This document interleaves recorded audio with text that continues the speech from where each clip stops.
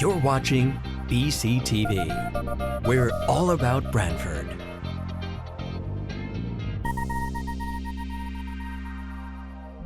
You're watching BCTV, Branford Government Television, a service of Branford Community Television. This program is brought to you in part through the support of the town of Branford. We're going to get started tonight for Board of Finance regular meeting, and this is a continuation of the budget public hearings for Thursday, March 26th, 2026. And before we get started with the presentations, I'd just like to provide an overview of the budget requests that total $150,250,274, or a request of an additional $8,791,000 in expenditures, which is a 6.2% increase over current estimated expenditures. That equates, after considering revenues, for a net to be raised from taxation of $128,077,000, and based on the grand list of $5,767,000,000, that equates to a 22.7 mill rate, or an increase of 1.3 mils.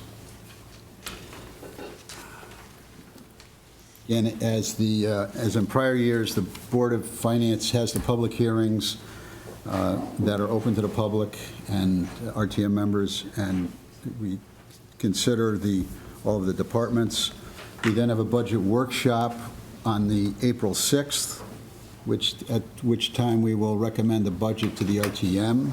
RTM will conduct their committee meetings and deliberations, and then have a final budget approved on the 12th of May. We will have a meeting on the 18th of May in order to finalize revenues and make any adjustments that the RTM came up with, and then set the mill rate. So with that, first on tonight is elections. On page 22.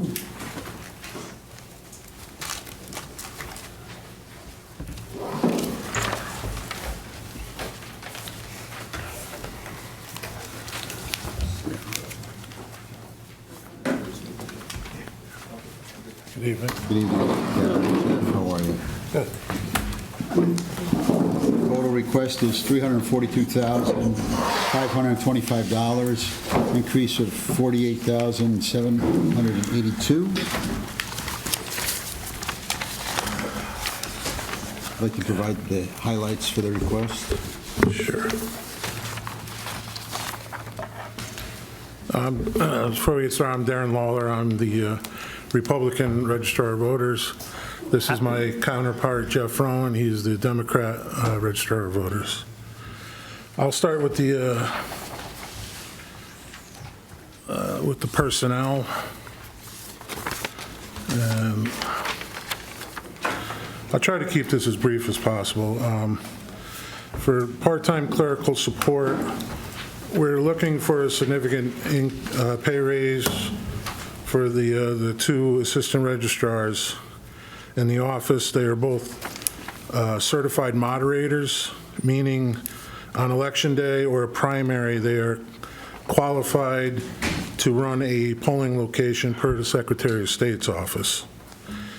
God forbid a moderator, the moderator is the chief election official at a poll, calls out sick or has to leave the poll due to illness, they can step in and take over. They are both currently paid just over Connecticut minimum wage. We feel that due to the high importance of such a position, that they are extremely underpaid for their responsibilities. Next, I'll go to the deputy registrars. We feel that the deputies deserve a larger than standard pay raise because, like the part-time and clerical staff, the deputies are not only moderator certified, but are also certified by the UConn School of Business to fill in for the registrars if either one of us are not able to perform our duties. As many of you know, is the case in point, myself several years ago, Don Conklin filled in for me. As far as Jeff and I, the registrars, since early voting started in Connecticut in 2024, we are now required to work a minimum of an extra 184 hours a year just to cover the 14 days of early voting for all elections, plus an extra 7 days of early voting for primaries. This extra 184 hours a year just covers the hours of that early voting is open. This does not include the numerous hours required to prepare for early voting and same-day registration. Demands have increased with this job over the past couple of years, especially it increased in workloads with more pressure on registrars in the form of increased rules and regulations, growing voter rolls, freedom of information requests. What is supposed to be a 10-hour work week often requires double that amount. With the introduction of new voting technology and expected new changes in voter registry systems, we are going to require more training and time. The complexities of the modern registrar's job requires much more than 10 hours a week, often 20 to 30 hours a week, just to keep up with all the new regulations and technology. And then the other line item we added, seasonal and part-time help. This is a line item we are asking to be put back into our budget so we can pay poll workers that have to come into our office for training. Let's see. All right, then for non-personnel, those line items we bumped up because even though it's not official yet, there is likely to be a Republican and a Democrat gubernatorial primaries in August. That is the word we're hearing from Hartford. We won't know 100% until June 9th, when the petitions must be filed by then. And that is all I have, Jeff, if you want to take over. I hate to say, but painting with a broad brush, as Darren had mentioned, we've talked about in the past, is the state, of course, and you've probably heard this from us many times, gives us a lot of unfunded mandates, new equipment, new stuff, and it's kind of like learning on our own. So we do end up putting a lot more of our own time in to getting this done. And as Darren said, we added something more because we do have moderators, and we replaced some certain people from other departments, so we had to bring them in for training also. So, but unfortunately, I said a lot of it does come from the state level, and that's kind of just piling up with new technologies, new training, and new things. And also, too, if the feds push through what they're looking at doing, that's going to be even more stuff that we're going to have to handle. So. And I would just like to add, I meant to mention this. I found this information on the Connecticut Post. In 2023, the Milford registrars earned a 45% pay raise.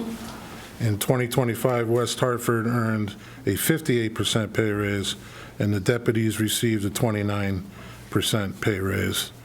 So that's basically what the justification we're finding that's happening all over the state. It's not just Jeff and I looking for a pay raise. This is going on in every town across the state, mostly because of all the new rules, regulations, and especially early voting that's been mandated.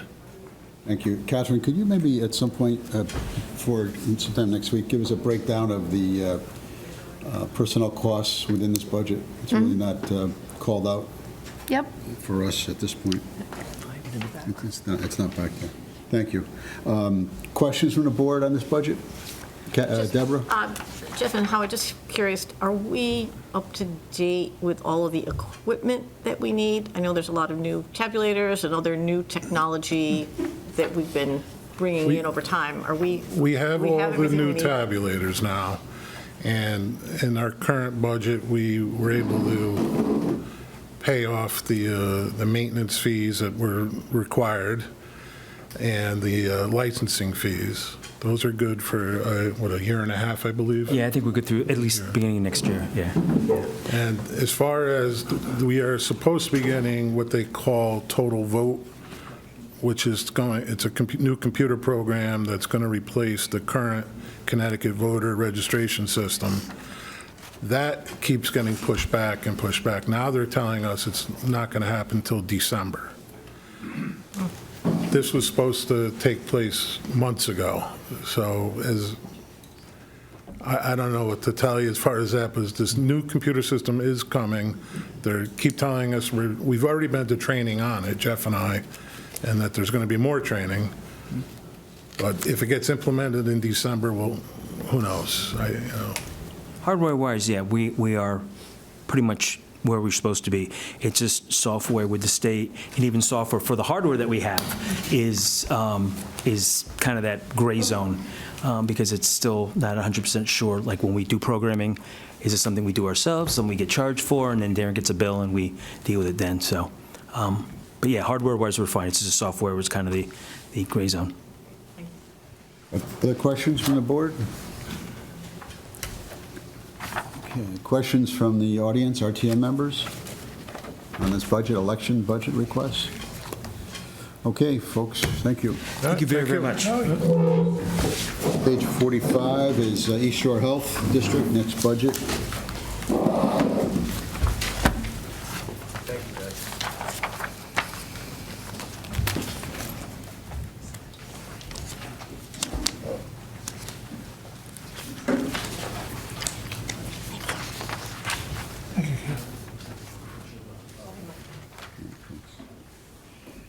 Thank you. Good evening, Michael. How are you? Good evening.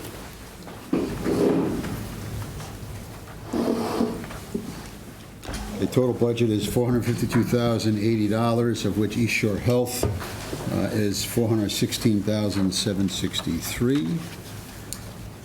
All right. Good evening. Michael Pascasilla. I'm with the East Shore Health District. First, let me thank you for allowing me to present today instead of Monday. I had a medical scan on my heart, something I get every couple years, and that was the only appointment available. So thank you for moving it for me.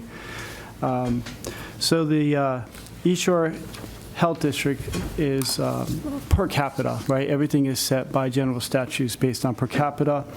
And so the rate is set at $14.65, and the population, based on the census data, is 28,448. So this past census data, the population for Branford increased by 417 residents. And so simple math, that's $416,763. The mosquito control budget, there was an increase. Talking to All Habitat, who is the vendor, prices have gone up, so there was a 3% increase to $17,317. Now that is a program we manage, but all the invoices are paid by the town, and that is set up in all the towns, so we just manage the budget. The Pump Out Vessel Program is a regional 5-town water quality program, and that's set at $3,000 per town. And so when you look at last year's budget to this year's budget, the increase is $22,592. The environmental testing piece of it? So this is a something that we added to the budget. We've been doing significant water quality testing, specifically in the Short Beach area. And so through that testing, also known as microbial source tracking, we use DNA analysis to do contamination traceback, and it was traced back to canine waste. And so through working with the neighborhood, who also helped fund this project, along with state grants, and so between the East Shore Health District, town officials, I have to put a shout out for all the town officials who've been very instrumental in helping us with the project, Public Works, engineering, and others, we have been able to increase the water quality, which was rated at about a C- with over 10 years of regular closures. We've had no closures in the last several years. And we went from a C- to a B+. Through that testing, while it has significantly increased the water quality, we're finding some areas that are areas of concern or areas of focus. And so we would like, and requesting $15,000 to do the microbial source tracking in those areas, and just kind of pinpoint where it's coming from in the Granite Bay area and one particular area of Short Beach. There's one sort of hot drain in that area. Got And it. so that's the $15,000. The testing is quite expensive. We have to use a private lab. While the state does assist us in preparing the samples, we have to send it to a private lab. Very good. Questions from Michael on this budget? From the board? You're good, you're good. Questions from the board, the RTM members of the public? No takers? Just one question. Oh, Harry. How's the radon program going where you're offering them to our town residents? Yeah, at no so cost? through a state grant process, we offer free radon kits. And we ask for the maximum. And I think this year we got over 100 or so. And residents could come into our office and get a free radon test kit. Okay, Thank you. sure. All right, no other questions? Nancy, you know what, if you need, we need to use the mic. Henry's asked us that we use the mic, so. Thank you. Nancy McCormick, 6th District.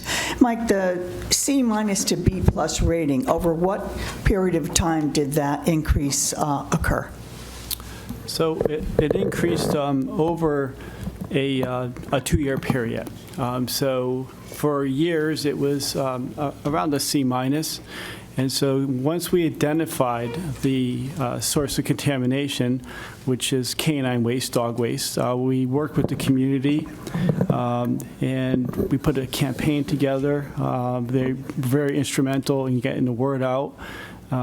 We worked with Public Works on cleaning the storm drains. We worked at engineering and wastewater treatment plant with cammering. And so through that collective effort, in a period of 2 years, we went from the 4th worst water quality out of 37 beaches, and it was a C-, and now it is a B. So it was done in a period of a couple years, with no closures. Yeah, thank you. To date. John? Mike, can you talk about the public outreach part of this? So as in the awareness campaign? Yes. Absolutely. So it would not be possible to do this without the neighborhood's assistance. And so working with the Short Beach Association, they put together a committee, and we had some students help with some of the marketing and branding. And that through that community, they did a dog parade. Signs were made up. We got some grant money from the state, and we used some of our funding and some town funding and some of their funding just to do a marketing and branding, let people know that they need to pick up their dog waste. And it significantly has increased. I will say there's still some work to be done, and the more we go into the research and talk to our counterparts, not just here in Connecticut, but outside, we're finding that dog waste is a significant issue. And so through this process, we're trying to replicate it in other communities and share lessons we've learned. So this is not a Branford problem. I want to make that very clear. It is everywhere. And we would not be where we are today if it wasn't for that neighborhood and all the work they did. That's Great. There's some good coverage in the newspapers recently on it that also as well. Yes, and on the research side, we've been publishing it and getting the word out, and it is not just in this country, but even overseas. And so we're going to do a full journal publication to share what we've learned, because it's a success story. Normally, when we have water contamination, it doesn't turn out this way. This is like Not easily solvable. It's not easily solvable, and in this, through this research, it's worked out well, and we just need to take it to the next step, right? Because a B is nice, but no, A is better. we want to get an A, or some version of an A. A minus, A, perhaps A plus. Triple A's are good. Triple A's are good, right? Absolutely. Yeah. All right, Mike, thanks. Any other questions? I think we're all set. Thank you. Thank you. Thank you. Next up is Public Works on page 39.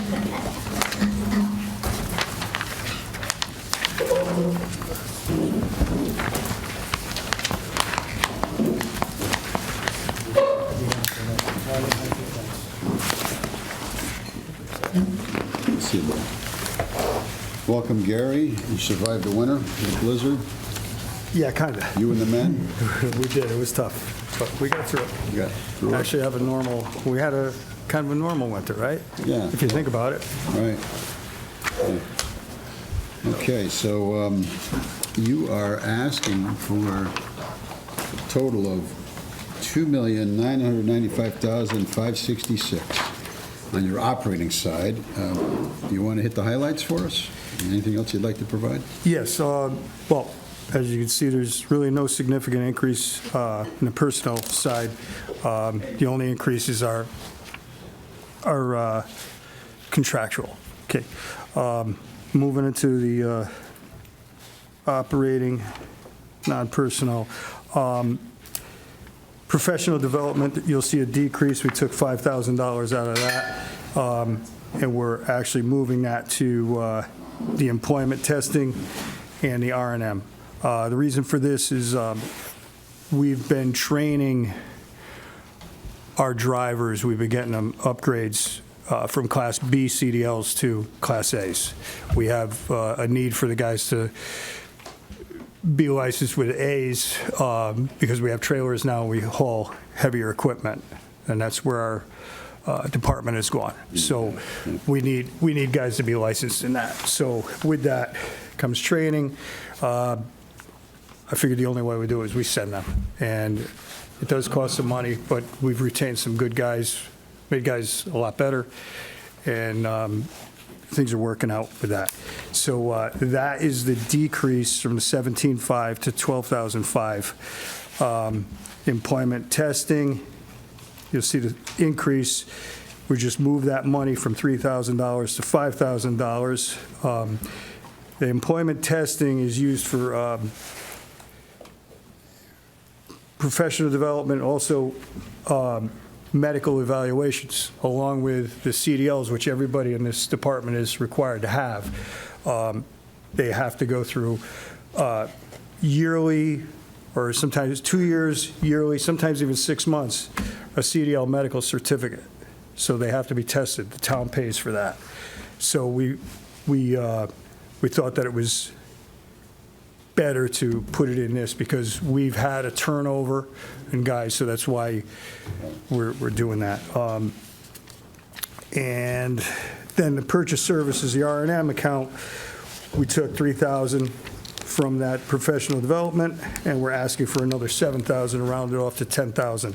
It's just mostly due to we've kept that $245,000 flat for years, and we've managed it pretty well. But the past couple of years, it's been getting kind of lean, and with the amount of equipment that we have, not just our own, but repairing police vehicles, Parks and Rec, others, we could use the extra $10,000. Everything else has remained flat in the operating budget. You've accommodated for increased fuel costs? Yes. That we are good in. I checked it before, checked where we were at before we put this budget in, and I feel that we're okay with it. Okay, questions on the operating budget for Public Works? Questions from RTM members of the Board of, John, you have a question? I do. So can you tell us about the impact of all the snow removal that you had to do this year on the budget? Because I see that last year we spent just under 1.4 million. We're budgeted at 1.5 and a bit. So are we going to come in on budget this year? As far as what, the overtime? Well, as far as the entire overtime is personnel. blown. I blew the overtime budget. So, I mean, I'm expecting to make some transfers within the budget, and I believe we can make it, we'll be fine. And the overall personnel budget, Yeah, you think will come in overall, on? yes. Will come in on number this year? Yep. Okay, thank you. Sure. Any other questions on the operating? But Right. I would just add that we all know what happened this winter, so we're not gonna, if Gary is shy, we'll transfer it to make that whole. We will take care of it. I'm never shy. In the upgrade of Class B to A, Yes. are any of our drivers going to be carrying hazmat endorsements? And has we taken that into consideration money-wise? That, we don't really have any reason to have a hazmat. I carry a hazmat for my own reasons, but there's no real need for it. We're not hauling any hazardous materials. That's all we need to know. Okay? Thank you. Other questions on the operating? What do you have for capital? Review the docs of rec or What's that? Page 66 in the capital page section. 48 or no? Capital. Capital. Oh, capital. That's Sorry. all, Okay. 66, but you have it. I do. What page is that on, Kathy? Page 66 in section 4. Starts at 66. In the back section.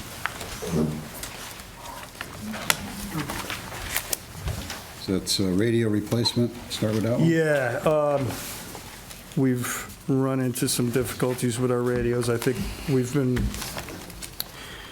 getting repurposed and hand-me-down radios for years, and this year we found out that not all radios are communicating with each other. And we've had our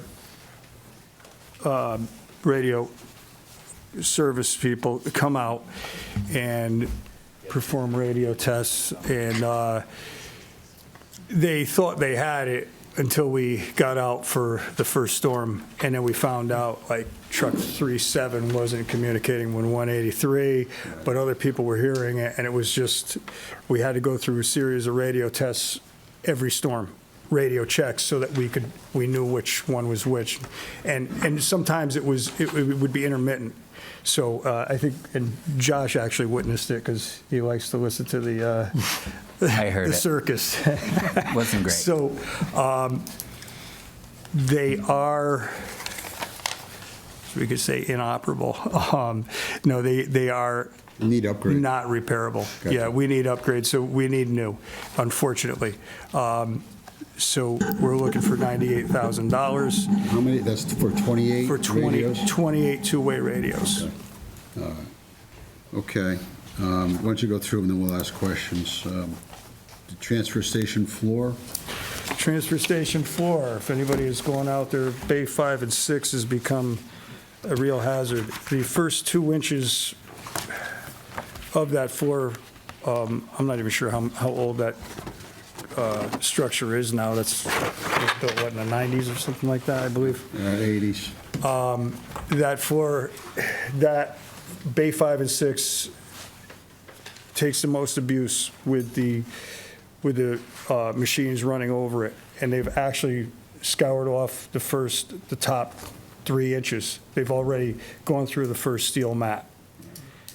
So instead of a 10-inch slab, you have in places 7, maybe 8-inch slab. The back curb, which is a huge safety issue, there's a back curb that's where that's used to kind of deflect the trash into the pit where the trailers park. And that's where we pack it, process everything. That curb, I want to say 75% of that curb is no longer there, so it's just a straight shot. So we need to get that floor replaced. And that is Bay 5 and 6.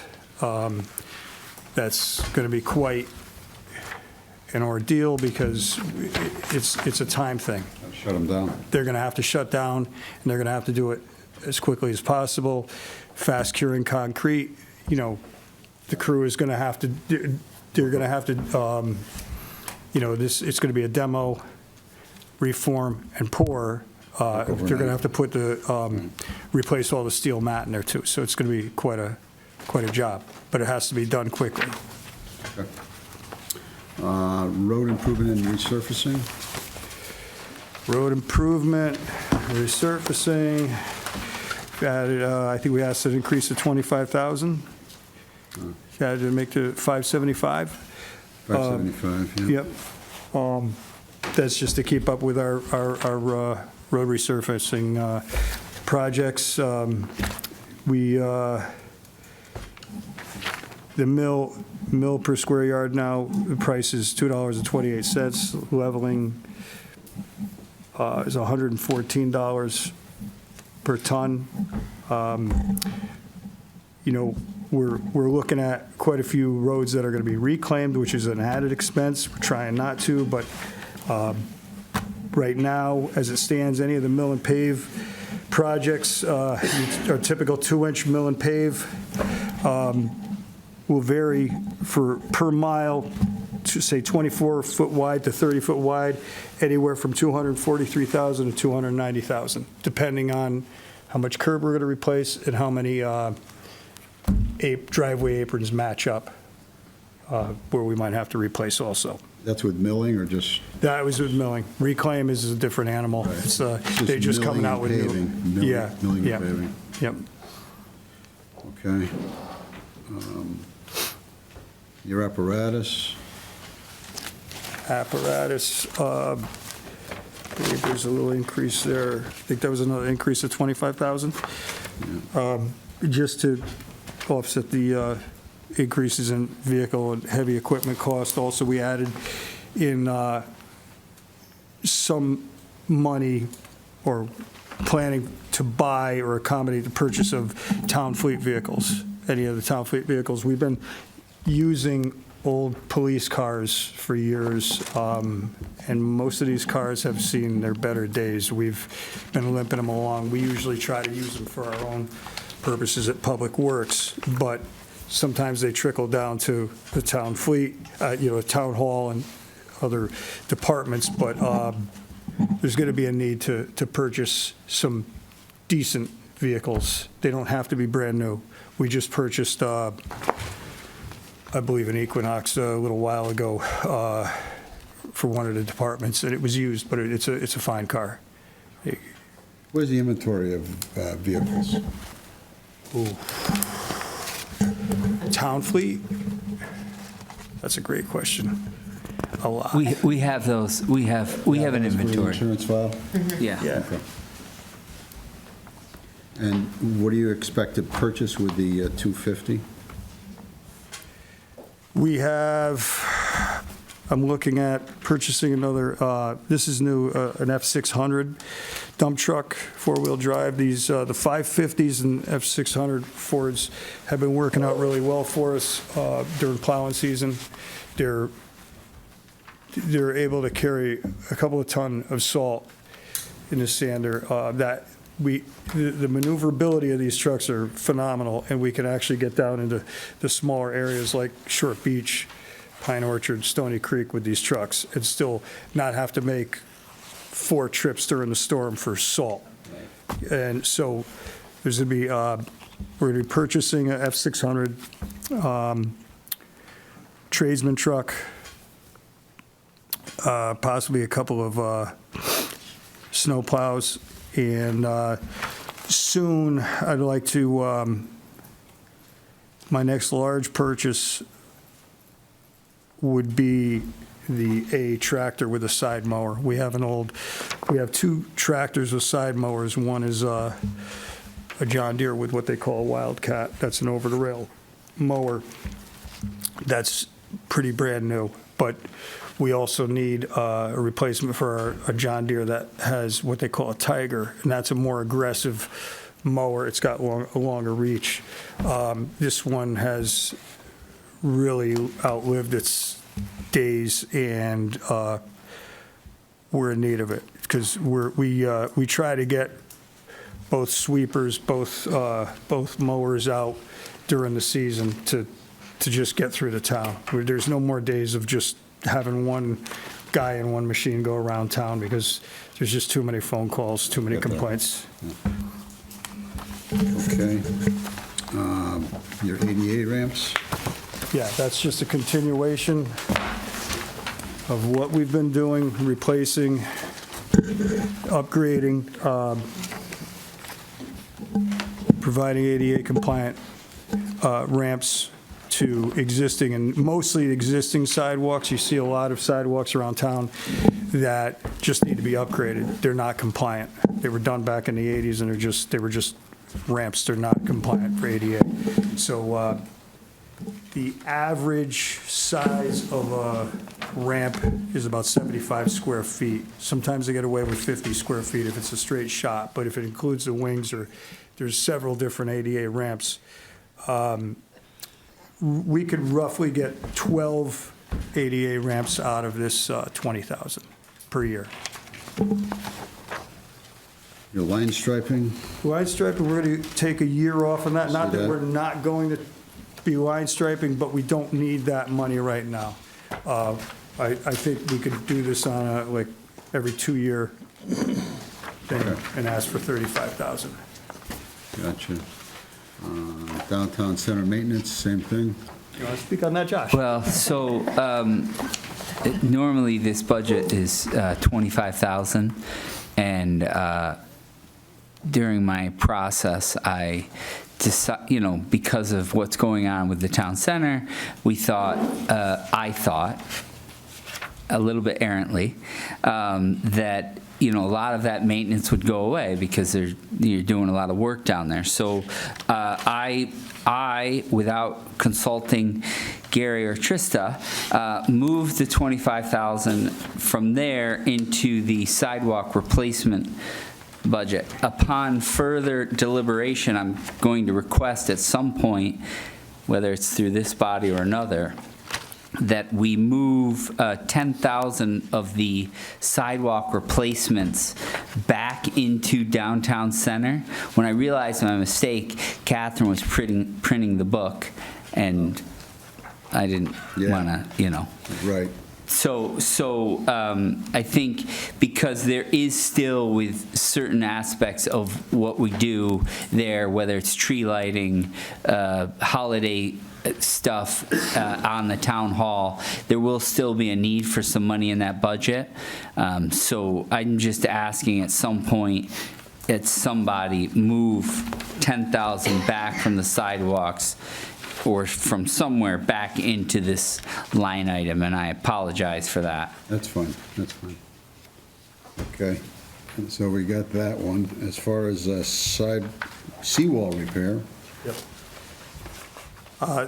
We're just remaining flat. That's just our regular maintenance on the seawalls around town, Stony Creek, Branford Point, and Short Beach along Clark Avenue Beach. Basically just repointing right, and replacing rocks that fall out. okay, and then sidewalks, So sidewalk Josh's sidewalks, Sidewalk replacement, right now, we have it set at 100,000, which was a $25,000 increase. Josh already spoke about that, but at this point right now, depending on the type of sidewalk, if we stick with the $100,000, we would be able to repair just a normal sidewalk, 5 inches thick, 5 feet wide, up to 5 feet wide. We could do about 1,740 linear feet. It is subject to change because we have different types of sidewalk. If we break through, if we pass, if it's a driveway crossing, it's a thicker sidewalk. It's an increase in square footage price. Same with a monolithic pour curb and sidewalk. It's an increase in square footage price.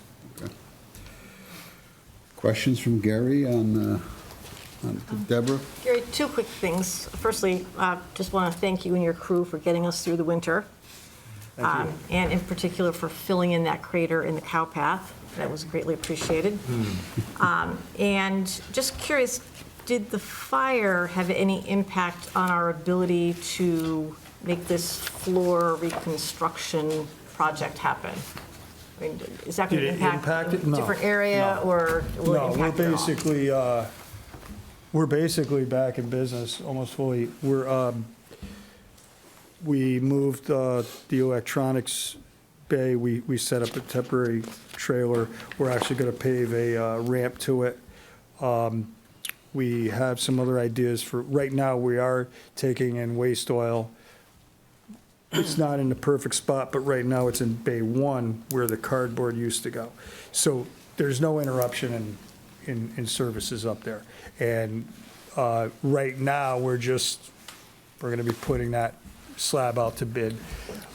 When that slab construction is going on, there will be some issues. We will have a contingency plan. Okay, Thank you. Other questions from the board? Questions from audience on the capital items? Ma'am, if you come up to the microphone, please. Just identify yourself, and then there's the mic there. I'm Representative Bonenberger, Third District. I just want to check about the sidewalks, because you mentioned the budget it's for repair, or you're going to put some new sidewalks also for the town, and we have a list of streets where we're going to do this. Thank you. Did you say you had a list of streets? No, I'm asking you. We have, I'm going over the repairs right now. This year, I'm going to concentrate on mostly repairs. We've done some new sidewalks, but we're going to be going around doing the repairs this year of existing sidewalks. And again, upgrading the handicap ramps. In the past, there's been some grants, at least on state roads, for putting sidewalks, but that's something that maybe on the road, because this really repairs existing sidewalks. And also, P&Z requires sidewalks to be put in on any new developments, so it's Correct. just a matter of connecting some of them throughout town.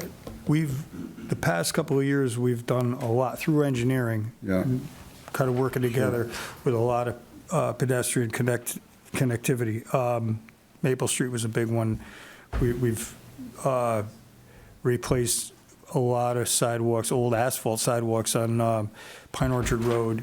There's been several sidewalks that have gone up in the past couple of years. And I know that they worked on finding grants in the past. Right. Okay.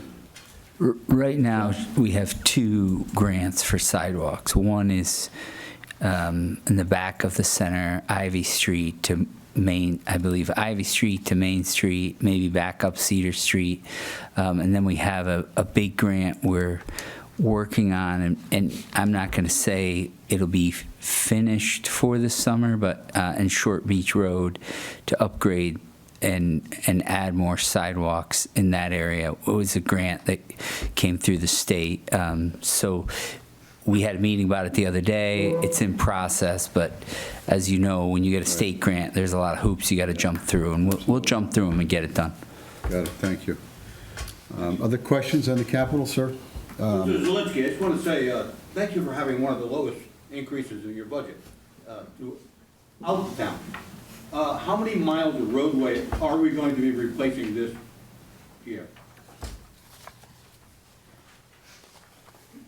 I can tell you. An approximate, you don't give me an exact number.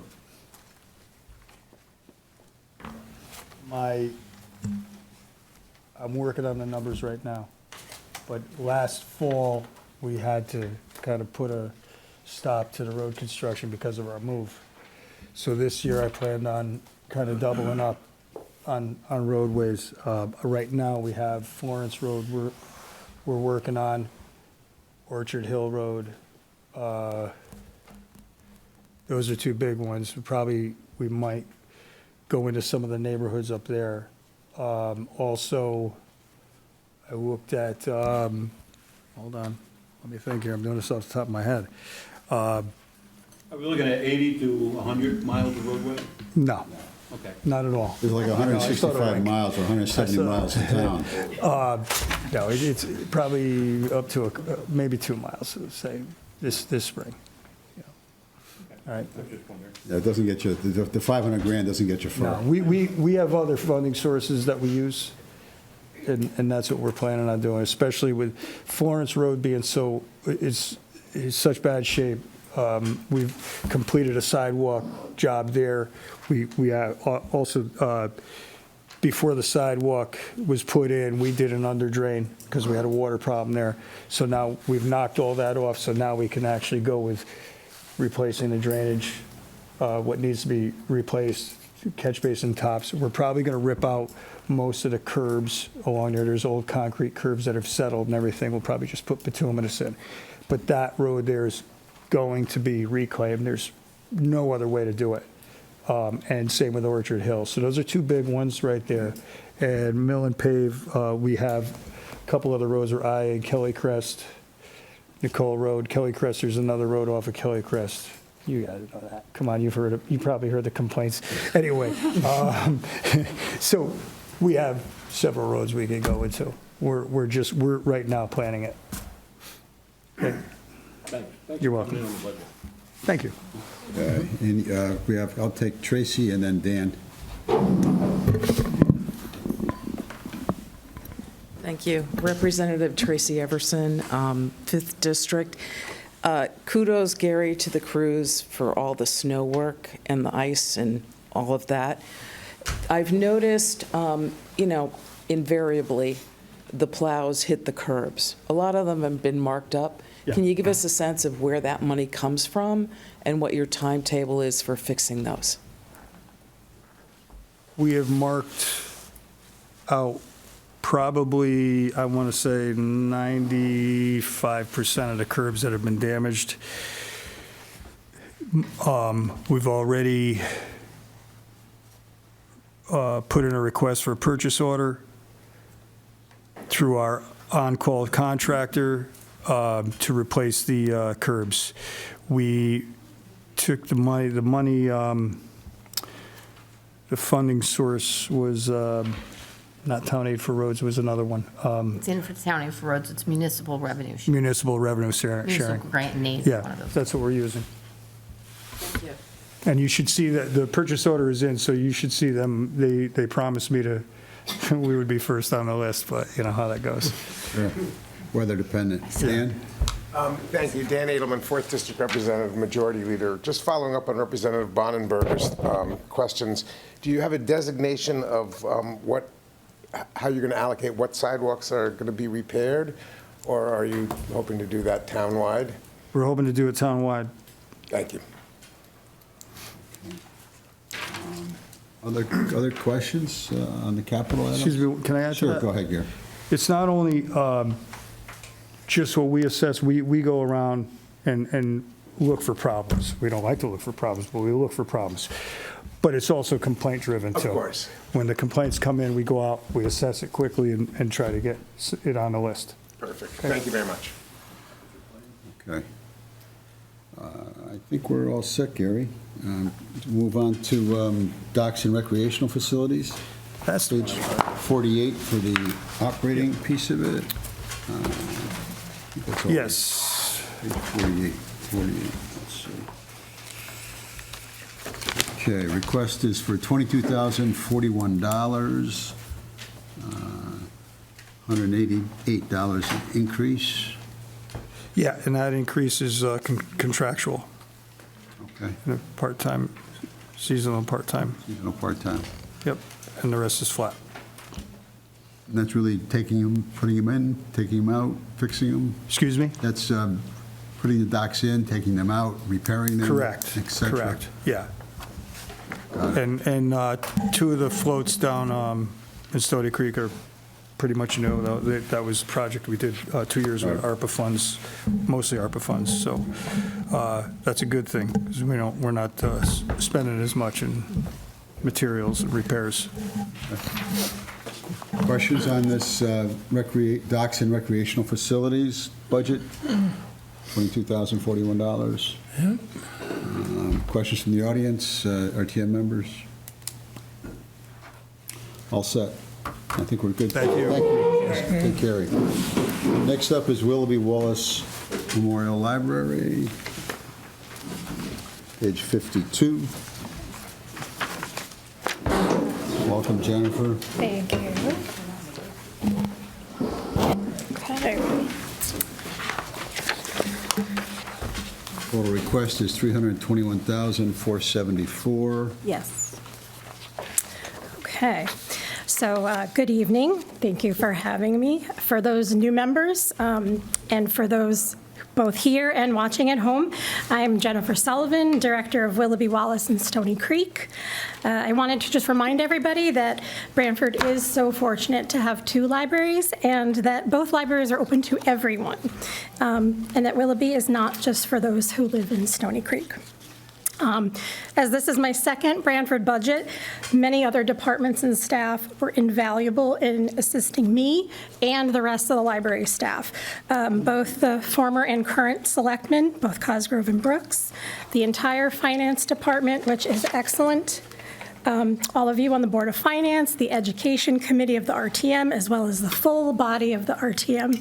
We all send our thanks to provide us with the means and support to achieve our goals.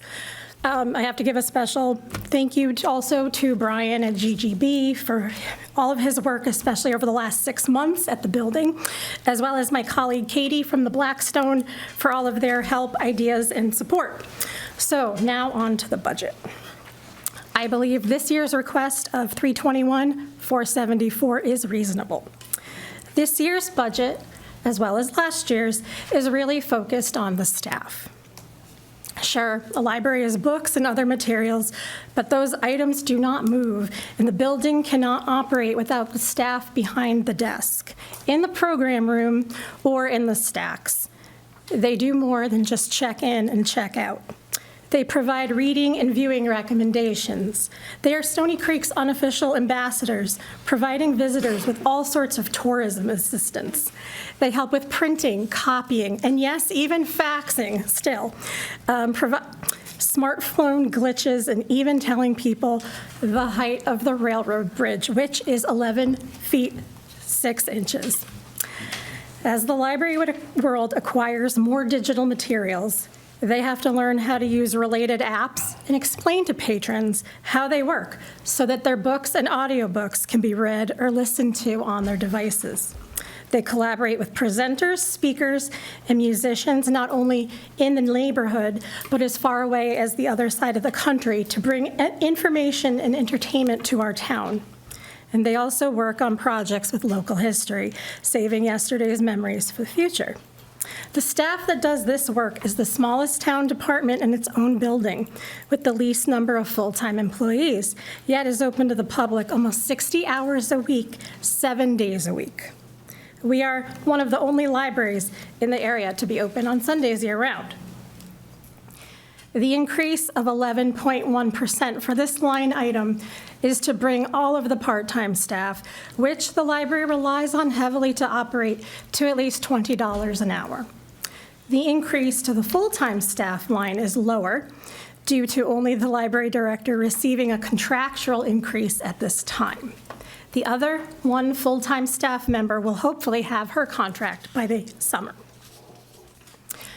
The Willoughby is a member of Libraries Online, also known as LION, the consortium of over 30 libraries through the southern and eastern parts of the state that share an operating system using a common database for circulation and cataloging services.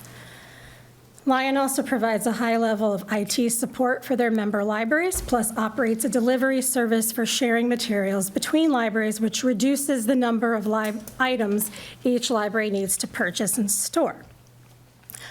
The overall increase for our library from Lion next year is 3.29%, which is reflected in a few different line items, which I'll touch upon when I get to those particular accounts. Overall, for my non-personnel line items, I'm actually asking for a negative increase, $93 less than last year. So under purchased services, the increase is due to a contractual increase of 5% for the delivery service in between the Lion libraries. Communications will see a decrease due to us having a better handle on how much a full year of phone service will cost. Office supplies will return to the fiscal year '24 request. When I looked back on the last several years, even before I started, we had not needed the full amounts that we had requested.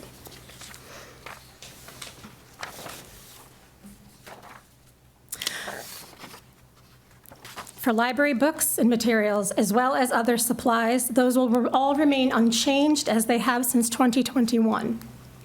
Library automation, that increase is due to the contractual increase from Lion, and there are 3 parts to that number. Lion operations in the online catalog, those are both 3% higher than fiscal year '26, and the downloadable books and other digital materials we all share will cost 5% more than fiscal year '26. Memberships and conferences will decrease as we don't need as much, so I'm returning to the fiscal year '24 amount, which had actually been the same since fiscal year '18. So in the end, the total request for fiscal year '27 is just 4.6% over fiscal year '26. Thank you. Thank you. Questions from the board on this budget? You're good. Al, you're good. Thank you for your presentation, Jennifer. Sure. And questions from the, Dan, go ahead. Thank you, ma'am. Dan Edelman again, 4th District Representative. What is the number of employees that you have, staff and salaried? Salaried or part-time? Both. Okay, so there's 2, including me, that are full-time, and then we have currently 8 that are, 6 that are part-time. Thank you. Sure. Other questions from the, regarding, ma'am, if you come up to the mic, please. Just identify yourself and then. Tricia Anderson, RTM District 1. Are there any volunteers at your library? No. No volunteers, all full-time? No, because we are town department and we are union. Some of us are union. It is difficult to justify work for volunteers that should be to paid staff. Okay, thank you. Sure. Other questions on Willie Wallace operating? Okay. And no capital. I think you're all set. Thank you. All right, Jennifer. Thank you. Thank you. Next up is James Blackstone Memorial Library, page 51. Welcome, Katie.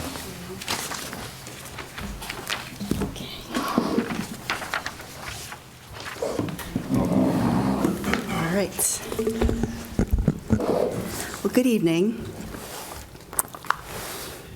Thank you for this opportunity to present the Blackstone Library's budget. My name is Katie McNichol. I'm the director for the Blackstone Library. With me tonight is Christine Yost, our business manager. She replaces Kathy Oxalita, who retired last year after 22 years of service to the library. And thank you to some of the library trustees who are also here tonight. I appreciate their support. For fiscal 2027, the Blackstone Library's total budgeted expenses are $2,060,343, which is a 2.68% year-over-year increase. Unlike the other town departments you review, our budget is our total operating budget, including salaries, employee benefits, materials of the collection, utilities, building and grounds maintenance and repair, and insurance. So we're a single line item in your budget book. You should have gotten kind of a breakdown of summary. Did we get the detail?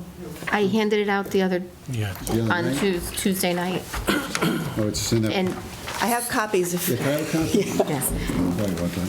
And what you see in the budget book is the operating, capital is in the back, so the increase, the thank you. operating is $1,837,000. I have it, Katie, thank you. I think we wanted to follow you. For capital, for that piece. Okay. Okay. Got it. Okay. This is better. Here we go. Okay. So consistent with the last few years, we're requesting from the town 89.2% of the library's operating budget in the amount of $1,837,817, an increase of $48,317 over last year, or 2.7%. Over the past year, we've done some personnel restructuring at the library, which has resulted in some changes that affect multiple expense line items, which I will cover. Since the renovation that we had in 2018, we've had 4 service desks that need staffing all of the 63 hours a week that were open. To better support those staffing needs, we've reduced the number of full-time positions at the library down to 11 from 13, and increased the number of part-time positions up to 14 from 9. We've also added an after-hours cleaning service, the company of which was recommended by the town. We have also reviewed some positions and determined that a number of them need to have their job titles adjusted to better align with the actual duties they perform with industry standard job titles. So a resulting hourly wage increase is being proposed for these positions to better align with industry benchmarking standards for those titles, as well as to meet baseline guidance that was issued by the town. We are also now subject to a Connecticut paid sick leave law that mandates paid sick time for part-time staff. So we're considering this a personnel reset year. All of these changes mean the library is at a stable and appropriate personnel structure that allows us to have adequate staffing at all service desks and to clean and maintain the building in a way that keeps it safe and welcoming for the community, who visited us over 141,000 times last year. To get more specific about the changes, the salaries total is $1,128,300, and that reflects an increase of $57,189. This increase reflects the guidance by the town for unaffiliated part-time staff wages and percentage increases, and for some part-time and full-time staff to have job title and wage adjustments that better align with industry benchmarks. These benchmarks were published in a study conducted by the Employers Association of New England late last year on behalf of the Connecticut Library Association. The employee benefits and insurance line decreased by $121,443, reflecting a reduction in the number of employees eligible for those benefits, as well as some other personnel changes resulting in that reduction. The materials of the collection line total increased $1,000 over last year, up to $113,000. That amount supports print materials, streaming services, digital licenses for ebooks and audiobooks that we lend. Last year, we loaned out over 217,000 items. The utilities total $71,530, which is an increase of $6,504. That reflects an anticipated increase in electricity costs. We do participate in the town's electricity and gas buying program. Costs are just going up across the board. The repairs and maintenance totals $161,000, which reflects an increase of $76,000. This amount includes the regular contractual costs for maintaining the library building and grounds, as well as repairs and maintenance, and we have now added an after-hours cleaning service. Their contractual work falls into this expense line.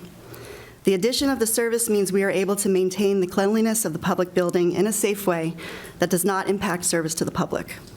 The building is about 130 years old. Keeping it safe and well-maintained for the future is one of our highest priorities. The insurance for the library totals $51,045, reflecting an increase of $6,045 over last year. This adjustment reflects the increase in premiums for coverage for the library, building, and personal property. Commercial property insurance has risen nationwide. Our insurance premiums have increased as well. Now, in previous years, the library has not budgeted for furniture, fixtures, and equipment, or FF&E, line 65000, but we have incurred expenses in that category in recent years. So we wanted to add this as a budgeted line item going forward so that we're better able to plan for ongoing replacement of those FF&E items, which tend to be heavily used in a public building. So we've budgeted an expense in the amount of $20,000 for FF&E. The total of all the other expenses reflects appropriate adjustments made in accordance with spending last year and the first 6 months of this fiscal year. On the income side, along with the Town of Branford operating grant, budgeted income includes fees from printing and lost materials, auditorium rentals, grants, donations, direct appeals, and fundraising events for a total of $125,900. We are also proposing a withdrawal from the endowment of $96,626, which represents a 2.25% increase over last year, and that's in accordance with the commitment by the Town Administration, Board of Finance, RTM, and the library to ensure a sustainable endowment. Those are the highlights of the operating budget request. The Blackstone continues to be a vital and heavily used community resource. We appreciate the continued opportunity to maintain and provide these spaces for everyone, and thank you for hearing this operating request. I do have a capital sinking fund, but I can wait if there's questions on operating. Let's just talk about this, Katie and Christie. Question on the repairs and maintenance for cleaning. What did you do in the past on that? For a long time, we had a full-time facilities person. When that person left the library, by the time that person had left, we had started adding in a very part-time cleaning service after hours. We have one set of public bathrooms, and so when the bathrooms had to be cleaned, they would have to be shut down if they were doing it during the day. So the after hours meant that they could do that part and do some mopping without impacting traffic. Over time, the full-time person left, so we expanded the number of hours that the cleaning service did, and then we hired a part-time facilities manager. So they're there 4 or 5 hours a day during the day, taking care of anything that comes up, and then the cleaning service comes in once we're closed for an hour, hour and a half each night. It just seems like a big jump for 1 year. It's been, we've had a lot of changes in these last year.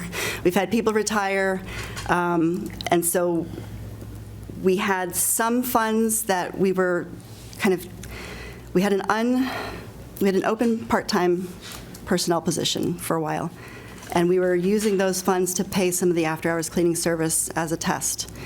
Once it seemed like it was a good idea, we started making these shifts. So it's just been a lot of moving parts in the budget. It's showing up now on this line item, but it was paid for from other sources. Just to put it into perspective, just the cleaning without the $76,000 increase for repairs and maintenance, just the cleaning for our building in an annual basis is $66,000 is what we pay. Questions from the board on this budget? Questions? Okay. Questions from the RTM members, members of the public, audience? Okay, no takers on that. We'll move to capital. Okay. So for the capital. What pages are we on? Let's see. 51? 51.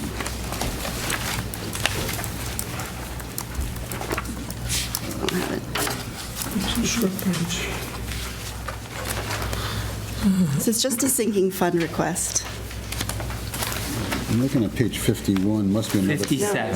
57. Thank you. Thank you. Okay.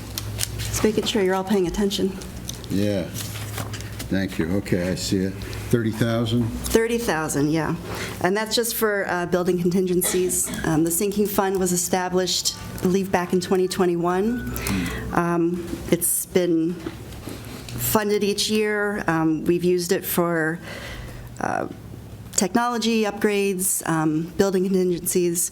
This year, we're focusing just on building contingencies, knowing that we have this facilities assessment that we're starting. We're anticipating kind of using this money to address some of the smaller projects that might come out of that. Okay. Can you give us an update on the building? Sure. And the process? I think you're doing some assessments now? We are. We have So we started this facilities assessment project. We signed an agreement with architects to conduct and organize the conducting of the assessment. The assessment is going to start May 4th.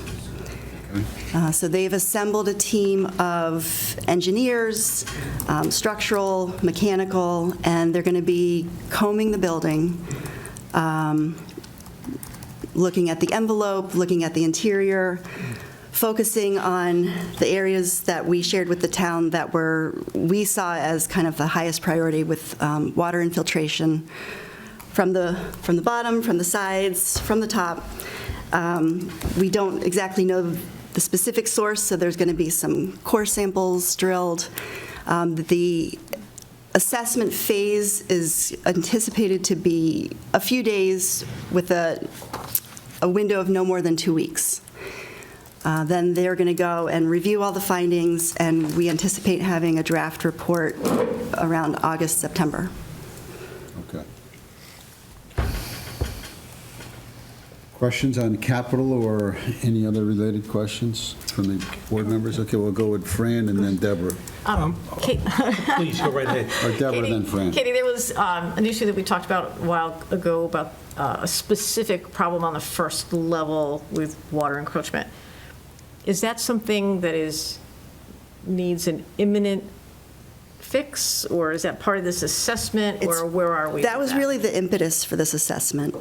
There have been some other identified issues, but that was the biggest, seems to be the biggest thing. Is that related to the new addition?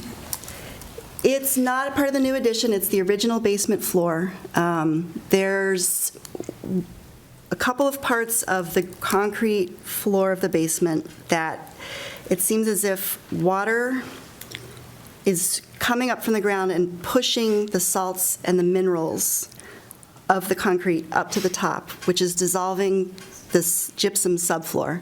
So the carpet tiles, the adhesive is actually coming away from that carpet floor.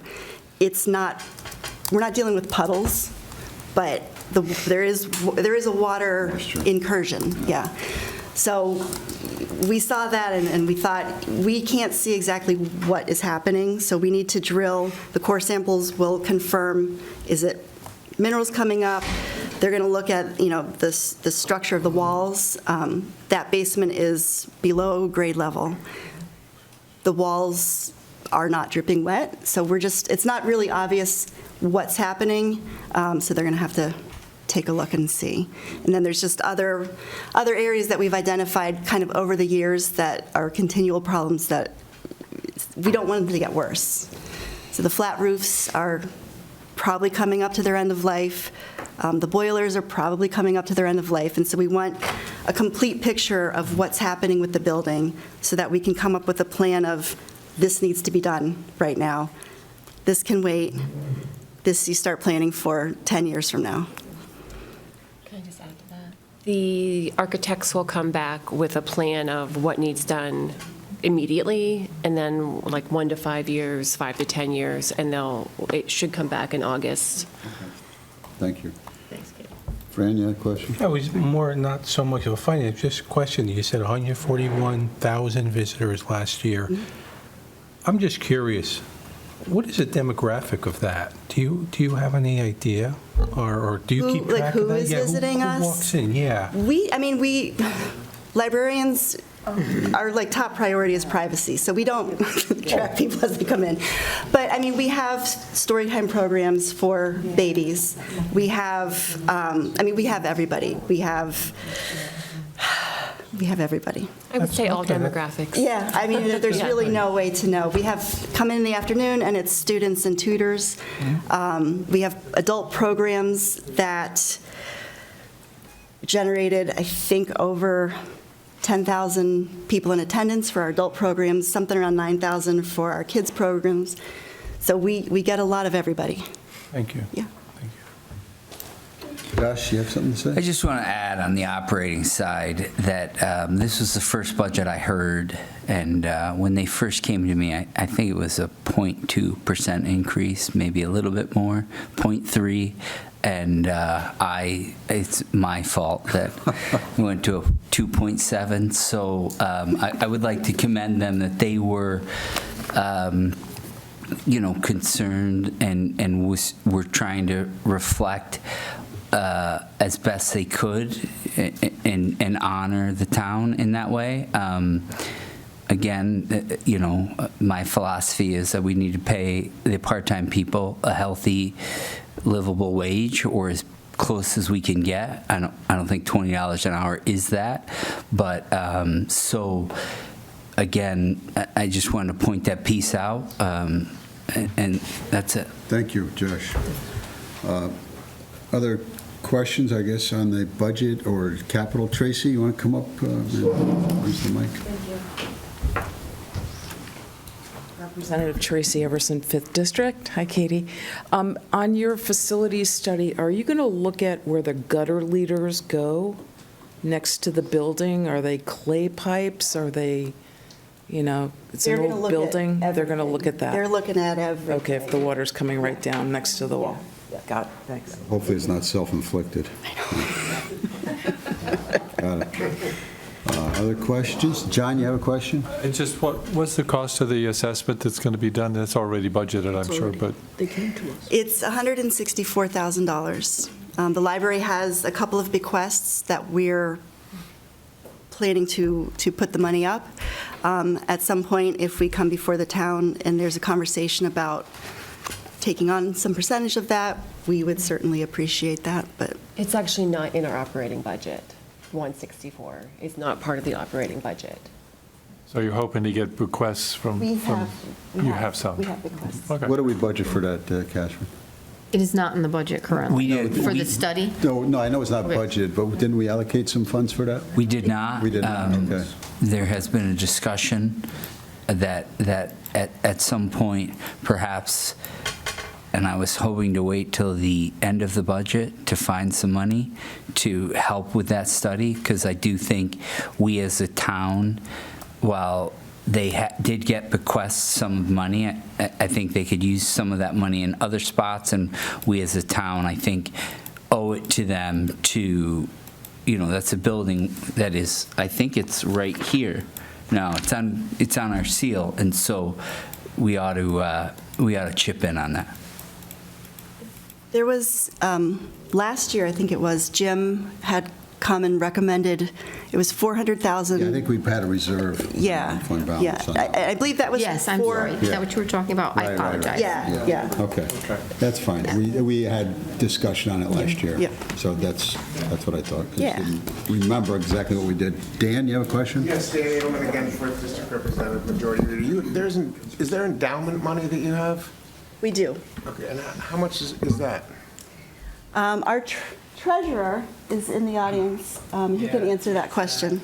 So we look at it in two. Could you come up here, please? Could you come up so we can hear? And we need the mic, the audio on this one. Thank you. And you're the treasurer. Welcome. This is Larry Greenberg. Thank you, Larry Greenberg. Yeah, so we look at the endowment in two pieces, actually. A main endowment is approximately $4.9 million, and then we have a smaller piece that's $614,000. Excuse me. It's a creative in residence project, and those are restricted funds. So if you added everything up together, it's about $5.5 million. And thank you, sir. And the $4.9 million, what is that money? What are those monies used for? Well, so what Jim and a couple of years ago worked, Jim Finch and Catherine and Town Hall worked with the library board about maybe 5 years ago, maybe more than that, and to look at it because of the question of the long-term sustainability for the endowment fund. And so the agreement was back then is that it's invested conservatively but well, and it also then throws off money annually in order to supplement the budget. So that's where you see the 96,000. And that's the 96. And that's really, and so the part of it, just like a retirement account to some extent, you take, less than 3% or whatever, 3 or 4%. The amount was the 2.25 was the agreement based on a conservative estimate as what it was going to produce and throw off. And is that agreement codified somewhere? Or No, it isn't.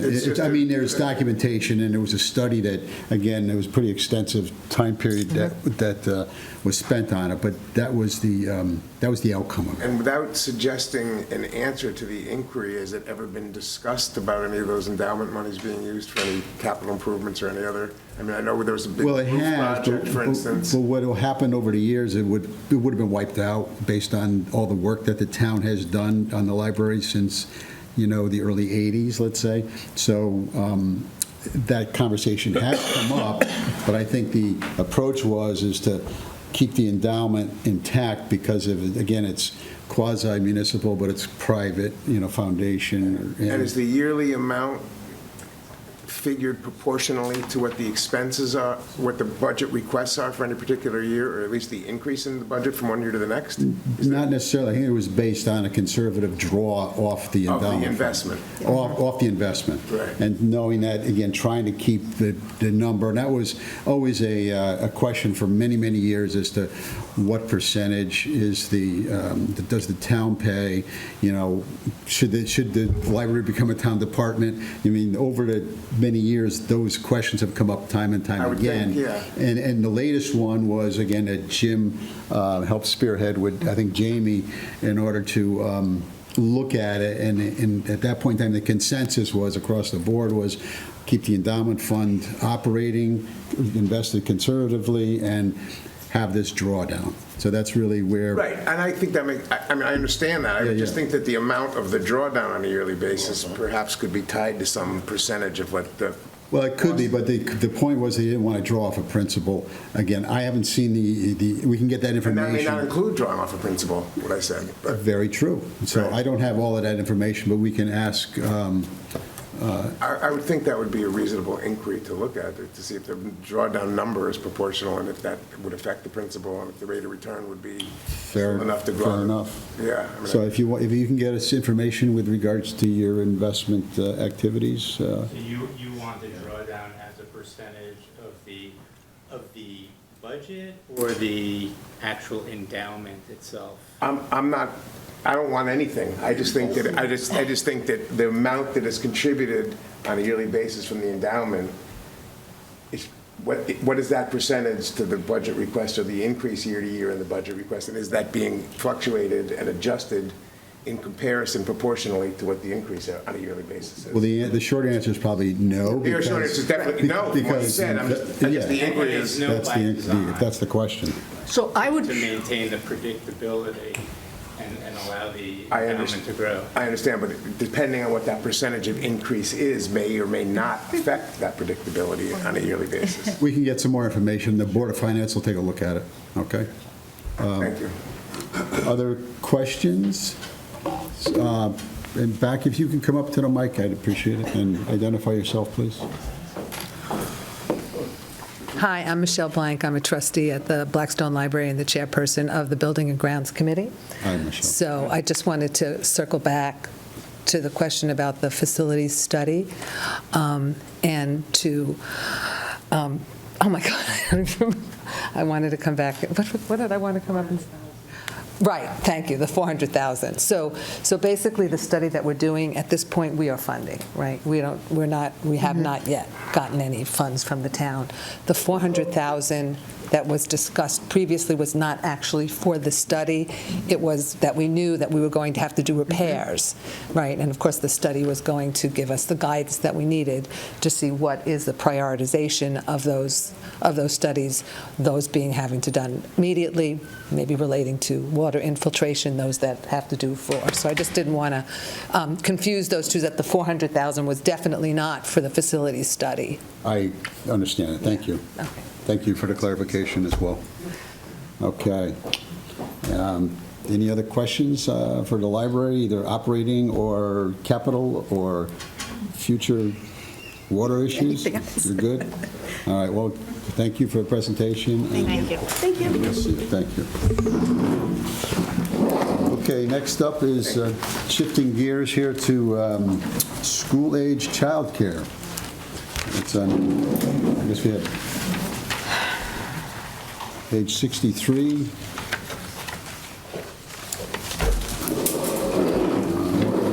Welcome, Lauren and Blaze. How are you? Hey, how's it going? Good. How are you? Good, thanks. Okay, so this is a self-funded special fund, and the budget request is for $762,661. Would you like to walk through the highlights of it for us, Lauren? Hi, I'm Lauren Scoltetti. I'm the Director of Early Childhood for the school district. Our school-age child care program serves approximately 160 kids from pre-K through current grade 6. That's about 10 more than we had last year. As you mentioned, it is self-sustaining. As more kids come, more tuition comes in, that money goes towards staffing to make sure that we have appropriate ratios for safe supervision. We also have been able to expand a little bit. Last year, we only had 3 sites where we were able to offer programming. That was at the 3 elementary schools. This year, we have been able to offer it at Indian Neck for our pre-K kids, and the thought is that will continue. There has been, even throughout the course of this year, there has been increased need to keep our little ones at Indian Neck before and after school. So this is a way for families. We are open from 7 a.m. until school starts, and then after school until 6 o'clock. Slight difference at the pre-K site, but our working families in town need our support. Reasonable childcare. Okay, sure. Questions from the board on this self-sustaining Board of Ed sponsored fund and activity? Anything else, Blaze, you'd like to provide, or are you good? No, I think Lauren did a great job covering it, and I appreciate Catherine's partnership. You might want to mention the use of fund balance. Yeah. Oh, yeah. Yeah, a couple mechanics too. I always get criticized for talking too much, so I was trying not to, but I will gladly do it. From Catherine or somebody else? From everybody. Yeah, especially the whole back wall over there. All right, so keep it short. Yes, I'll keep it very short. So this again proposes in the budget, just so you can follow the top, it does propose an overdraw. So fund balance brought forward, and we're proposing less than what we proposed this past year. We're projected to not even end up using what we even planned on using for the overdraw because of with vacancies and tuitions coming in stronger than expected. But for the purposes of budgeting, we have an overdraw projected on fund balance. We have a really healthy fund balance.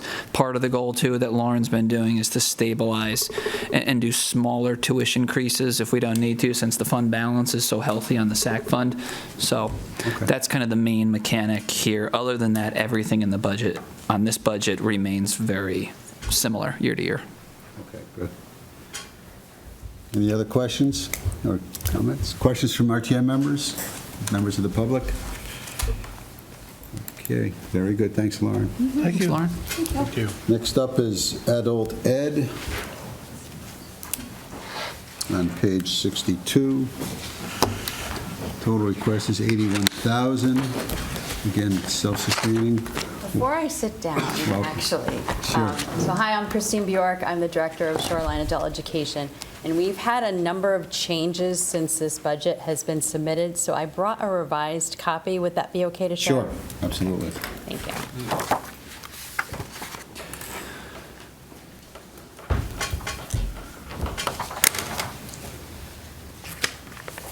Thanks. Thank you. While Christine's passing that out, to give some context, part of the reason for the changes are after the Board of Ed voted, but they're in relation to when we were here for the adjustments for the launch of the enrichment pilot program, where we were increasing the revenue and increasing the tuition. We've made part of those will be some non-substantive changes with how we're going to hire staff. We were originally going to hire third-party, this is a town-based, fund.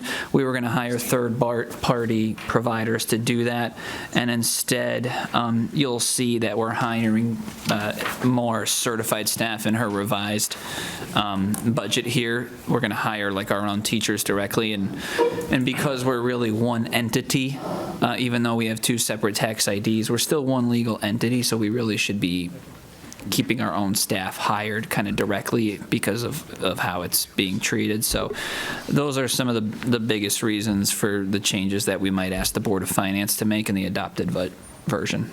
But otherwise, this is Christine's show. So. Okay, thank you. Thank you so much. So this is a pretty big change from the budgets that we've normally been submitting year after year. And so there's two big changes that are happening, and I think Blaise just talked about that. But so we are piloting an elementary enrichment program this year that we have budgeted to then institute for next year. We have it budgeted so that there's a possibility of 3 sessions, a possibility of at least 6 classes in each of the elementary schools. And that would be supported by certified teachers, which is why there's such an increase in the certified salary line. The other program that we are working on is developing a para-educator preparation program to help for a pipeline for the district. And so that is where we'll also be having certified staff in those positions as well. So that's where that big salary increase is coming from. In the non-certified line, it includes our adult enrichment coordinator. It also includes a site assistant and the para pathways proctor, testing proctor. So that would be the increase in that. The increase in the benefit line is because of the certified staff to accommodate that. And then we also did increase the professional and technical services to allow for outside entities to also be able to offer classes for the elementary enrichment for next year. And then postage and advertising stayed the same. The other increase was supplies. So instructional supplies, again, for the elementary enrichment program for next year. Textbooks for the para-educator courses that we hope to offer at least twice next year with certified staff.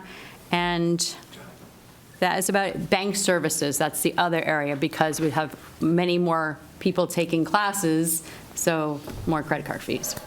So This is all tuition paid by all tuition-based. So if we don't end up running all like 6 classes at each location, then the revenue is not as high, but the expenses are not there as well. So it's self-funded.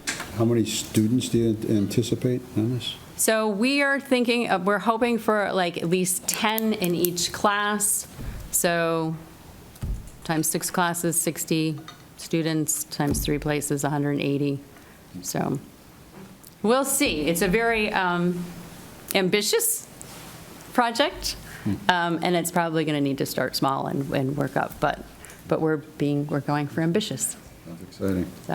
It's proactive too. Christine's done a lot of work here, but we can, if you follow any of the federal news about adult ed, it's not. There's some questions up in the air about the future of some of the adult ed programs, and so by kind of shifting the kind of view of adult education on this side, on the enrichment side, where there's a lot more flexibility that we have tuition-based programs, can we be thinking of Shoreline continuing education instead of like adult education, and build some, there's the same overhead for certain parts of the program to make us a little bit less susceptible to potential federal reductions in support, so that we wouldn't have like a destructive pathway of some of those changes. And so this way we can kind of maybe leverage, like some other districts might do, is leverage some of their enrichment programming and funding to help kind of stabilize the overall adult education programming. And then it will hopefully fill a need. And I want to give Christine to her team a shout out because they've coordinated closely with Parks and Recreation and the other types of programming that we have going on to really make sure that we have different offerings and that we're doing them all sort of in conjunction with one another. Questions from the board? Questions? Questions from the RTM members? John? So if I understand, you're rolling out a brand-new program, is that right? Yes. It would be helpful to have one sheet that says, here's the components of the program, here's how many staff, here, so that it's all broken out rather than subsumed in an ongoing program, because it's very difficult to make any kind of comparisons. But it sounds like a great idea. The question is, what's it look like Sure. as it's, because it's brand new? They could maybe provide a narrative at some point. Yeah, that would be helpful. Description might be If you send it to me, Christina, I can get it with the new budget to all the RTM and to Alberta Line, who is attending remotely. Thank you. Thanks. Comes under your umbrella, and maybe just expand on the narrative a little bit. Yeah, we can do that, but it's the main driver, John, for most of the changes in this budget, so we can provide some more.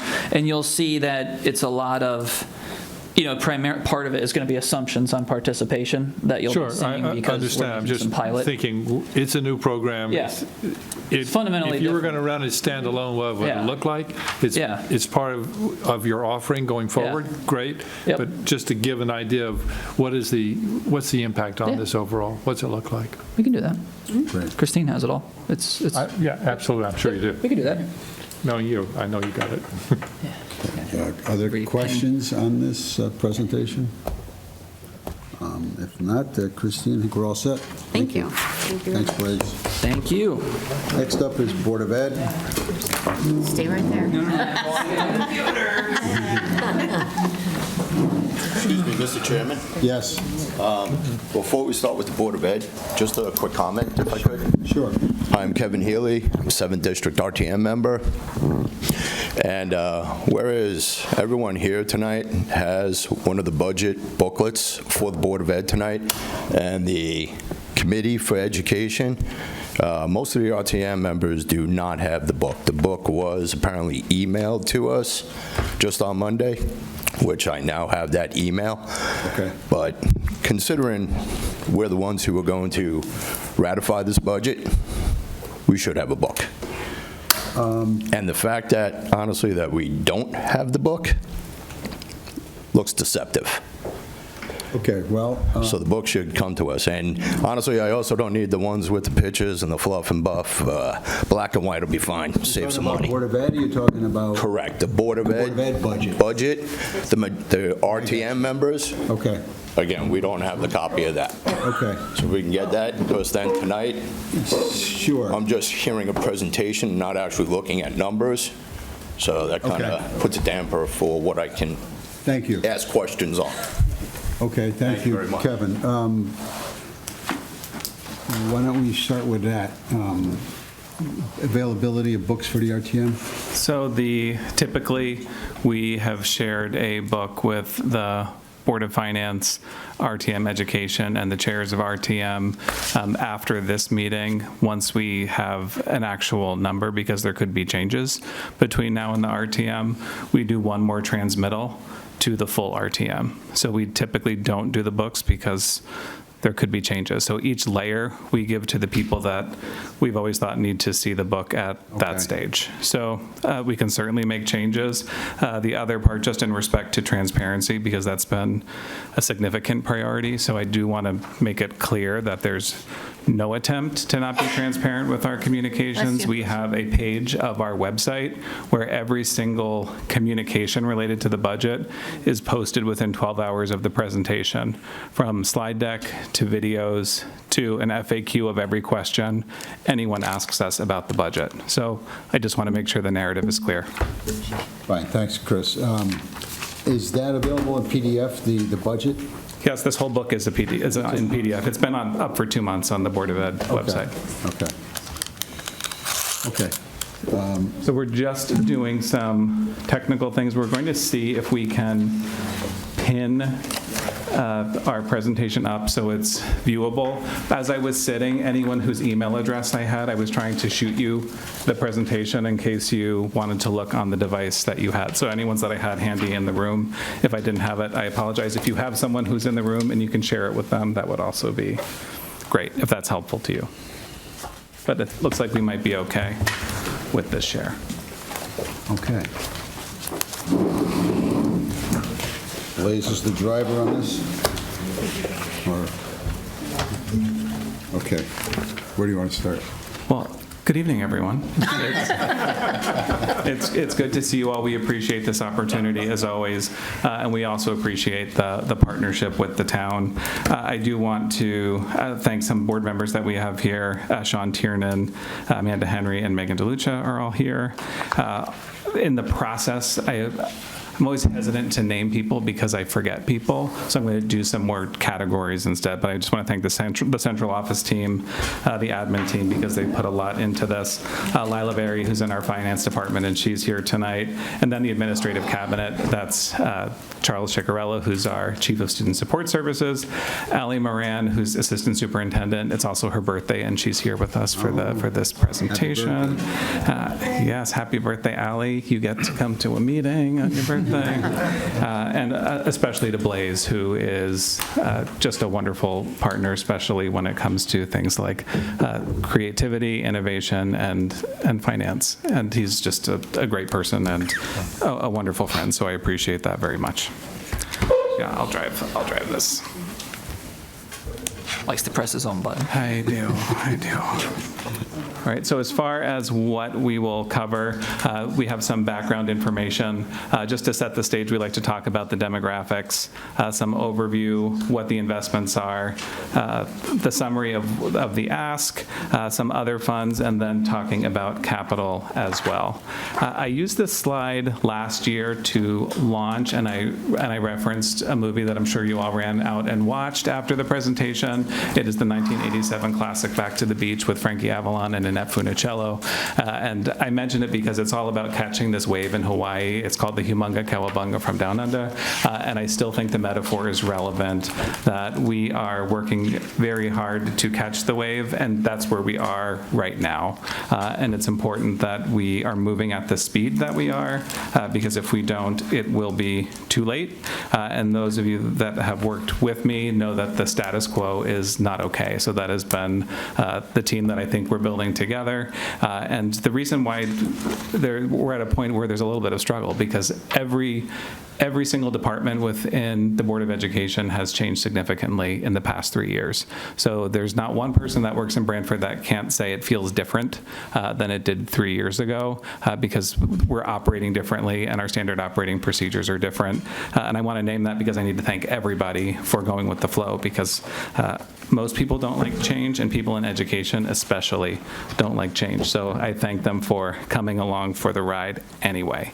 As far as what our guiding documents are, we really rely on our mission, our vision, and our core beliefs. And with our mission, I just wanted to mention the changing global society, because we talk very much about how much the world has changed, how much kids have changed, but what schools look like just hasn't really changed at the same rate. And if we are going to meet the needs of students today, we need to make those changes to accommodate those needs. Speaking of change, something that we changed last year was our global learning competencies.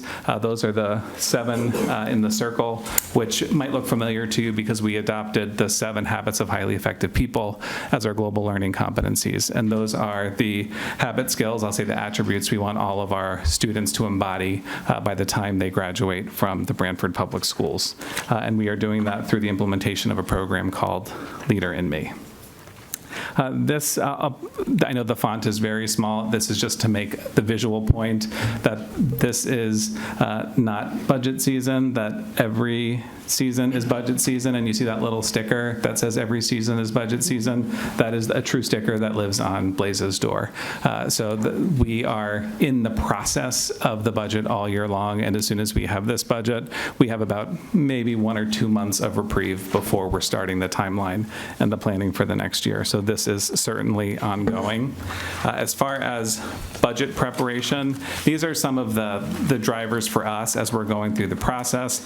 I'll focus on only one, which is the one along the bottom, being aligned to the strategic coherence plan. As you know, we are in year 3 of a 5-year strategic coherence plan. So we're about halfway through, and that means when we present our budget next year, we'll be looking at the process for engaging in the goals for the next 5 years for the district. Another driver that we look at is the enrollment. How many students we have certainly has an effect on our planning. We had an enrollment study completed in June of 2024, and we have one that is just about finished, so we'll have updated numbers looking at our 10-year enrollment. Last time we had the study done, it was showing pretty stable enrollment for the district, and the way that the data is presented is we look at the low, medium, and high, and we typically plan for the medium, so that would be a 0 change. But you can see the fluctuation is, it could be low, 112 students lower or up to 142 students higher in the last time the study was done. Just in case you're curious, our enrollment by school, Branford High School is currently at 729, and one of the challenges that we face through our master facilities plan is Branford High School can accommodate about twice as many students, if not a little bit more. So that's been a challenge as we're working on our planning for the future. The other number I'll point out here is John B. Sliney is at 237 students. So when we were going through that master facilities planning process, for a while, I think people thought, well, let's just build a new Sliney, let's just build a new Sliney. But we've come to find that when you build a new school for 237 students, that's not really an effective use of funds. Schools should be about 350 students minimally in order for it to be a return on investment for the cost of the size.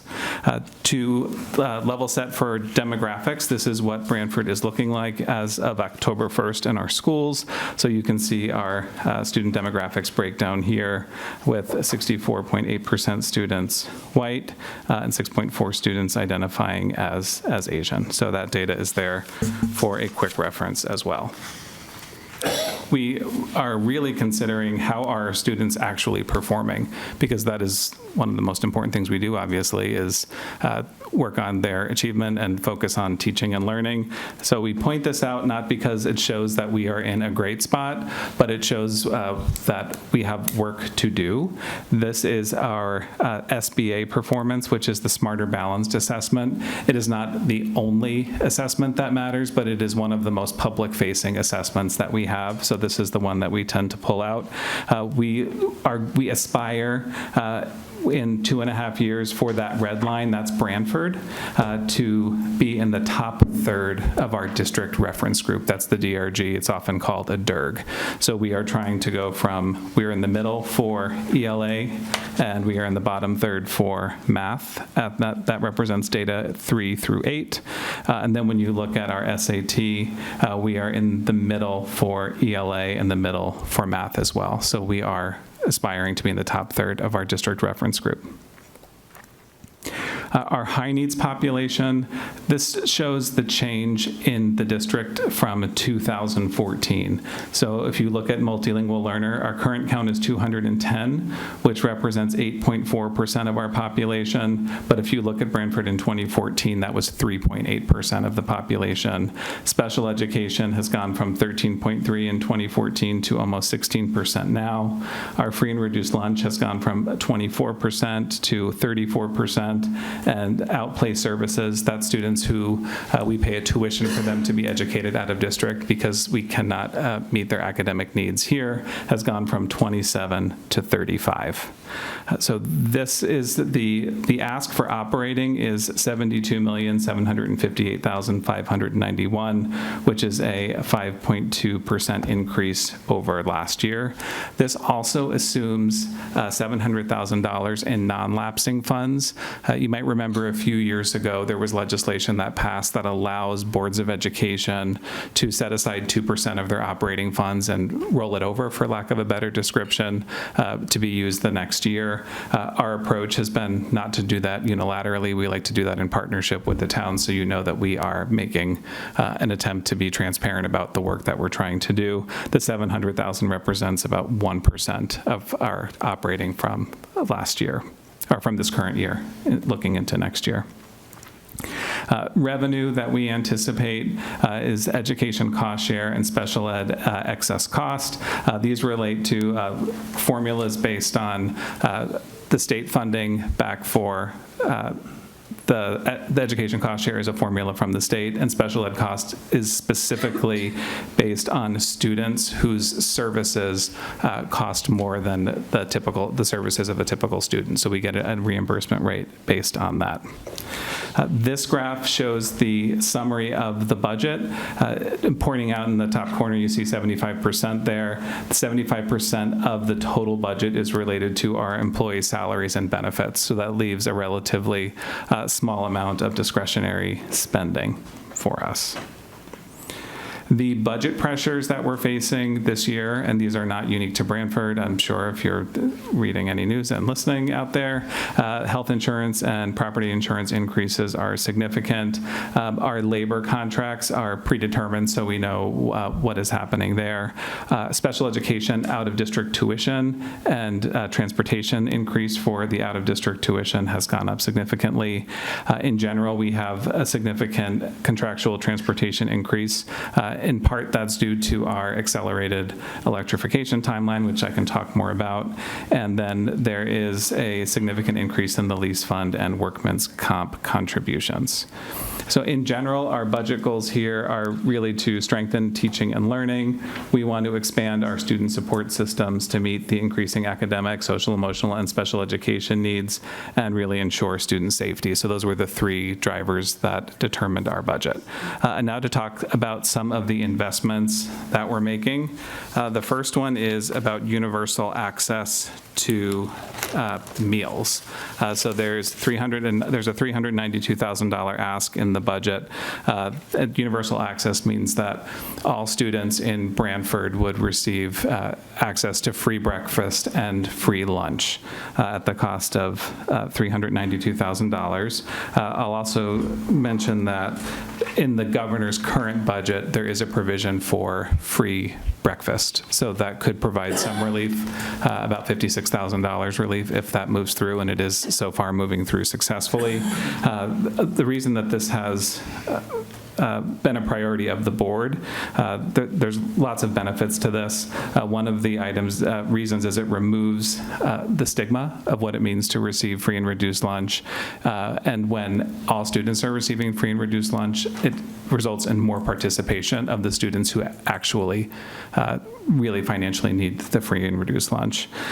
The other reason is when you think about how students qualify, it falls into brackets, and we have a large population of students who are close to qualifying that don't qualify. So if you think about like the economic quintiles of how the country divides, we're really looking at typically the bottom two quintiles qualify, but when you look at that middle quintile, many families, especially that have multiple children, are very much in need of that support as well. Students who are fed are thought to be more prepared to learn, so that would take out that variable for many students, and it also eliminates the debt that schools are required to chase down for students who don't pay for meals because they can't, and legally we have to resolve that debt in one way or another. And it's a support for all working families in Branford, and that is why it was a priority of the board. There are also significant investments in teaching and learning. First, we are adding a FTE for elementary STEM. This would really bring back science instruction for kindergarten and first grade. Almost all science instruction at the elementary level is introduced through our STEM teachers. It's not delivered by the classroom teacher. Without this position, we have 2 grade levels that are not receiving science instruction, which is not great. And science is also a tested area, and we want to make sure we're providing appropriate instruction there. If you remember I think my first year, so it was fiscal year 23, 5. We did eliminate most of the instructional coaches in the district, which was over an $800,000 in elimination of positions, and we created teacher leadership positions through stipends. That was a significant savings, but we have just a couple of, I'll call them holes, of where we don't have specific content areas represented and curriculum is lagging. So these positions, which this is a very low cost number, I think it's maybe $12,000 for these positions to fill those gaps. We have some new courses at the high school really trying to develop career pathways for students, knowing that not all students are college bound. Many students are going into the career, and we want to provide opportunities that are preparing students for wherever they would like to go next. And all of our new courses in early enrollment numbers are looking great, and there's been a lot of interest. Our Leader in Me program is our primary way of addressing behavior and student social needs, and that expands to the high school next year with the plan for elementary the following. We are also looking to expand our math curriculum resources into the middle school next year. This year we had a new math program pre-K through 4, and it has been very successful, and we're seeing some positive results much quicker than we expected, and hopefully that trend continues. And then last but not least, our full-day pre-K, continuing to maintain that pathway for ultimately what we hope to be universal pre-K in the town. Safety and security is the other priority I mentioned in Goal 3 for this year. Last year, we funded the Director of Security position that has been very successful, and I mention that because Scott Reardon, who's our director, has really done a great job with residency verification, and we've had currently 24, or is it 34? 34 like open investigations looking at residency, and we've had over a dozen people transition out because residency was not verified. So that's an important thing and only fair to the taxpayers of the town. There's also a continued investment in student support services. As I mentioned, we've gone from about 13% to 16% since 2014 of special education rate, and we, to help strategize, we did a third-party evaluation with NSK 1-2. So we're finalizing those results. They'll be presented to the board soon, and that will help with our strategic planning efforts to address student support services. And we also have some investments in athletics.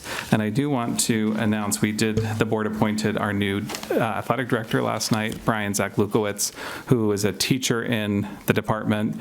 He has been interim for the past year. I think interim is, it's always unique to be an interim because you get a year-long job interview if you ultimately want to do that. He had his year-long interview. He also had committee interviews, and he was appointed last night. He's done a really good job, and he's shown that he can make some hard decisions.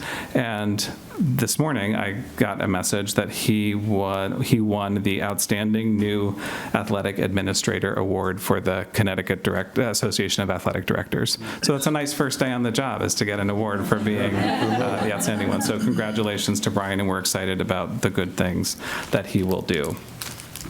The other investment when it comes to athletics is we are looking at a full-time athletic trainer. So we have expanded game coverage, and we're looking at a person who can support and develop strength and conditioning programs for our athletes, which is much needed.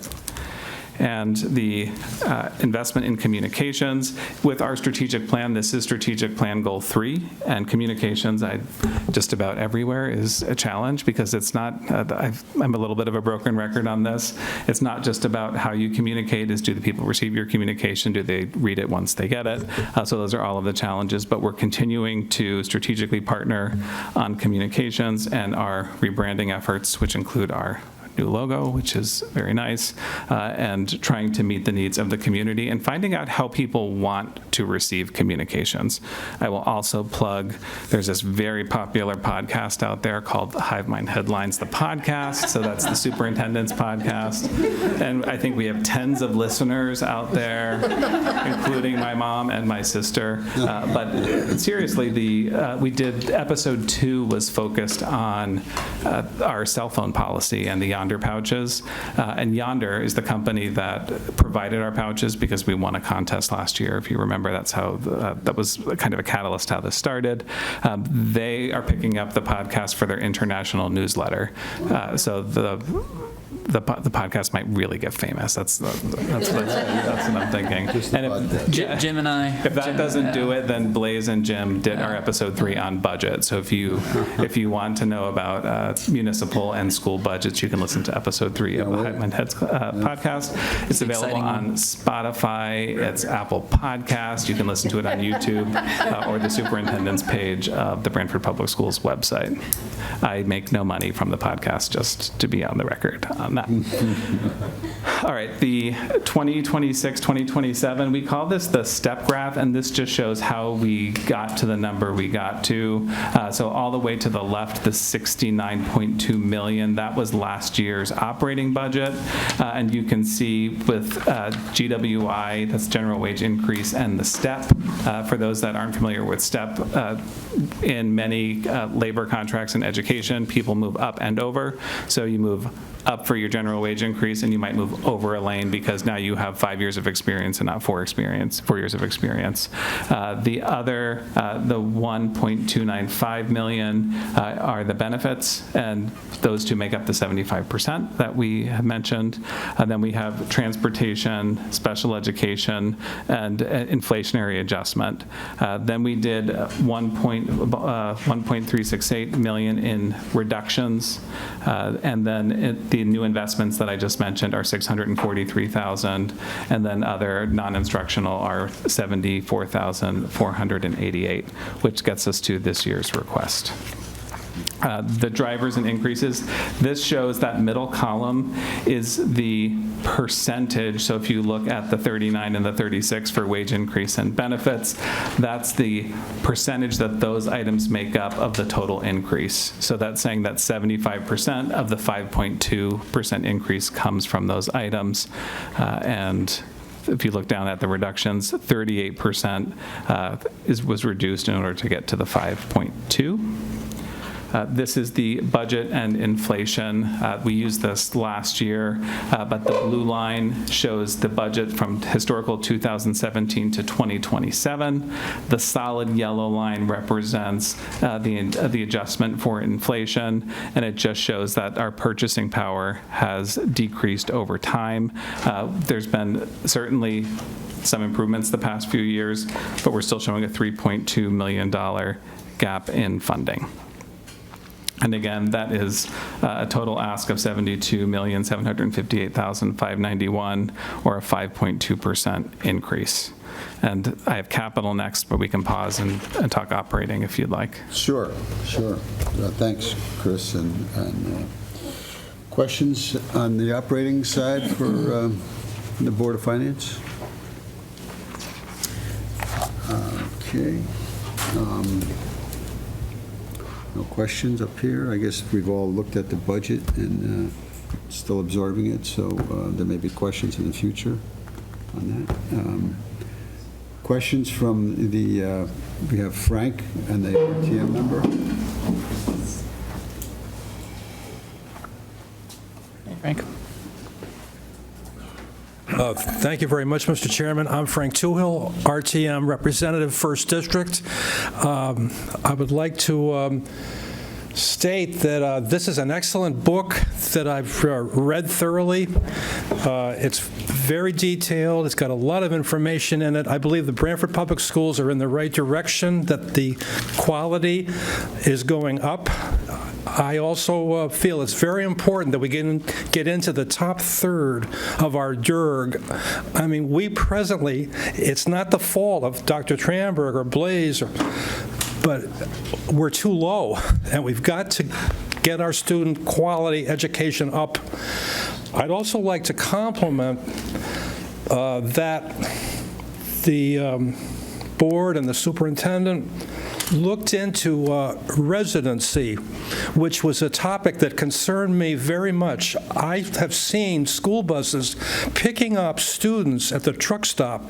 They stay in the cars with the parents, and then when the school buses arrive, they get in the bus.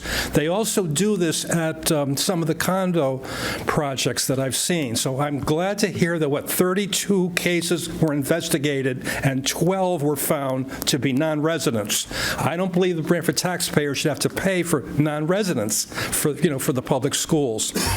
I'm also very concerned and also very complimentary about the idea that, not all of our students are going to college, and that they should be educated in school for their own career paths, too. And if you read their great presentation book on page 37, they say that they have developed career pathways, including very important business studies, arts, AV technology, communications, hospitality, and tourism are all really good fields that you don't need college for. My question to Dr. Tranberg is, I believe as I recall, last year, we talked about this, and you talked about all the great career paths that our students now have, which I think is wonderful. My question is, I think we talked about the path for a CNA. How's that going, Dr. Tranberg?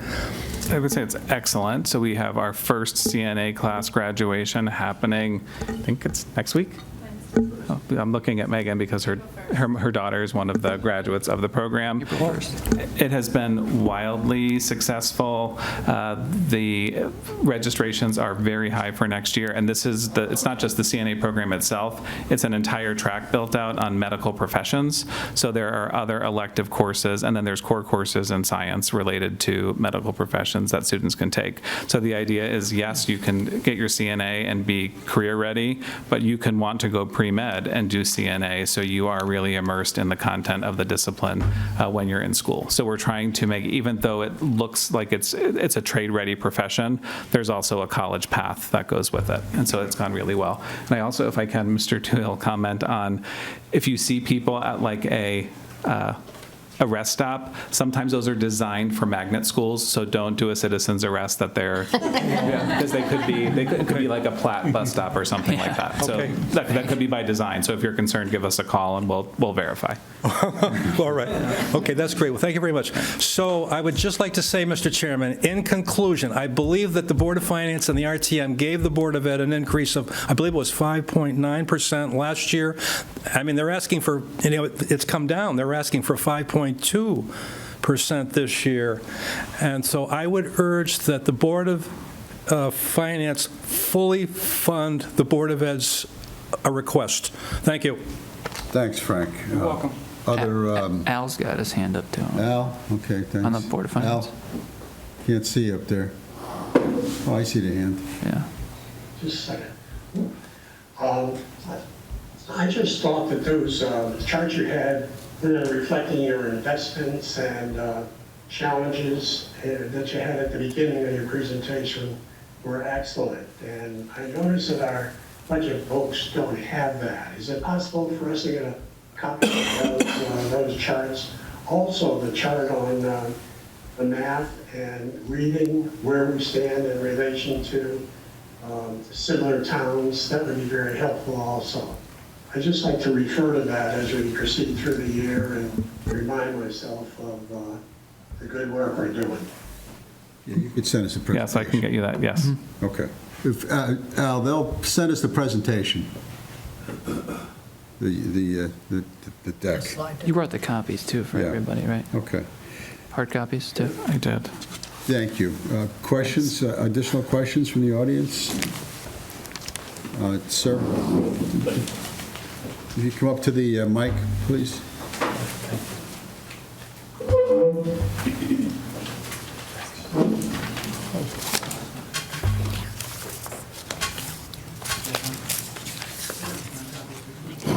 Yes.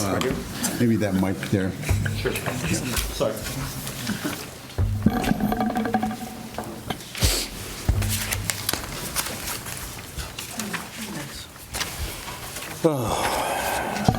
And you are, just identify yourself again. Yes, Greg Gerolman. Good evening, ladies and gentlemen. So, a couple of questions and a statement, if I may. First off, I hate to start out on a negative note, but what I just heard, and I believe what we all just heard, is a elected official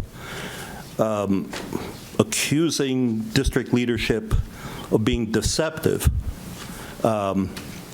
for not providing, a budget booklet that's I've reviewed and has been on the district website for quite a while. That doesn't seem consistent with what's going on.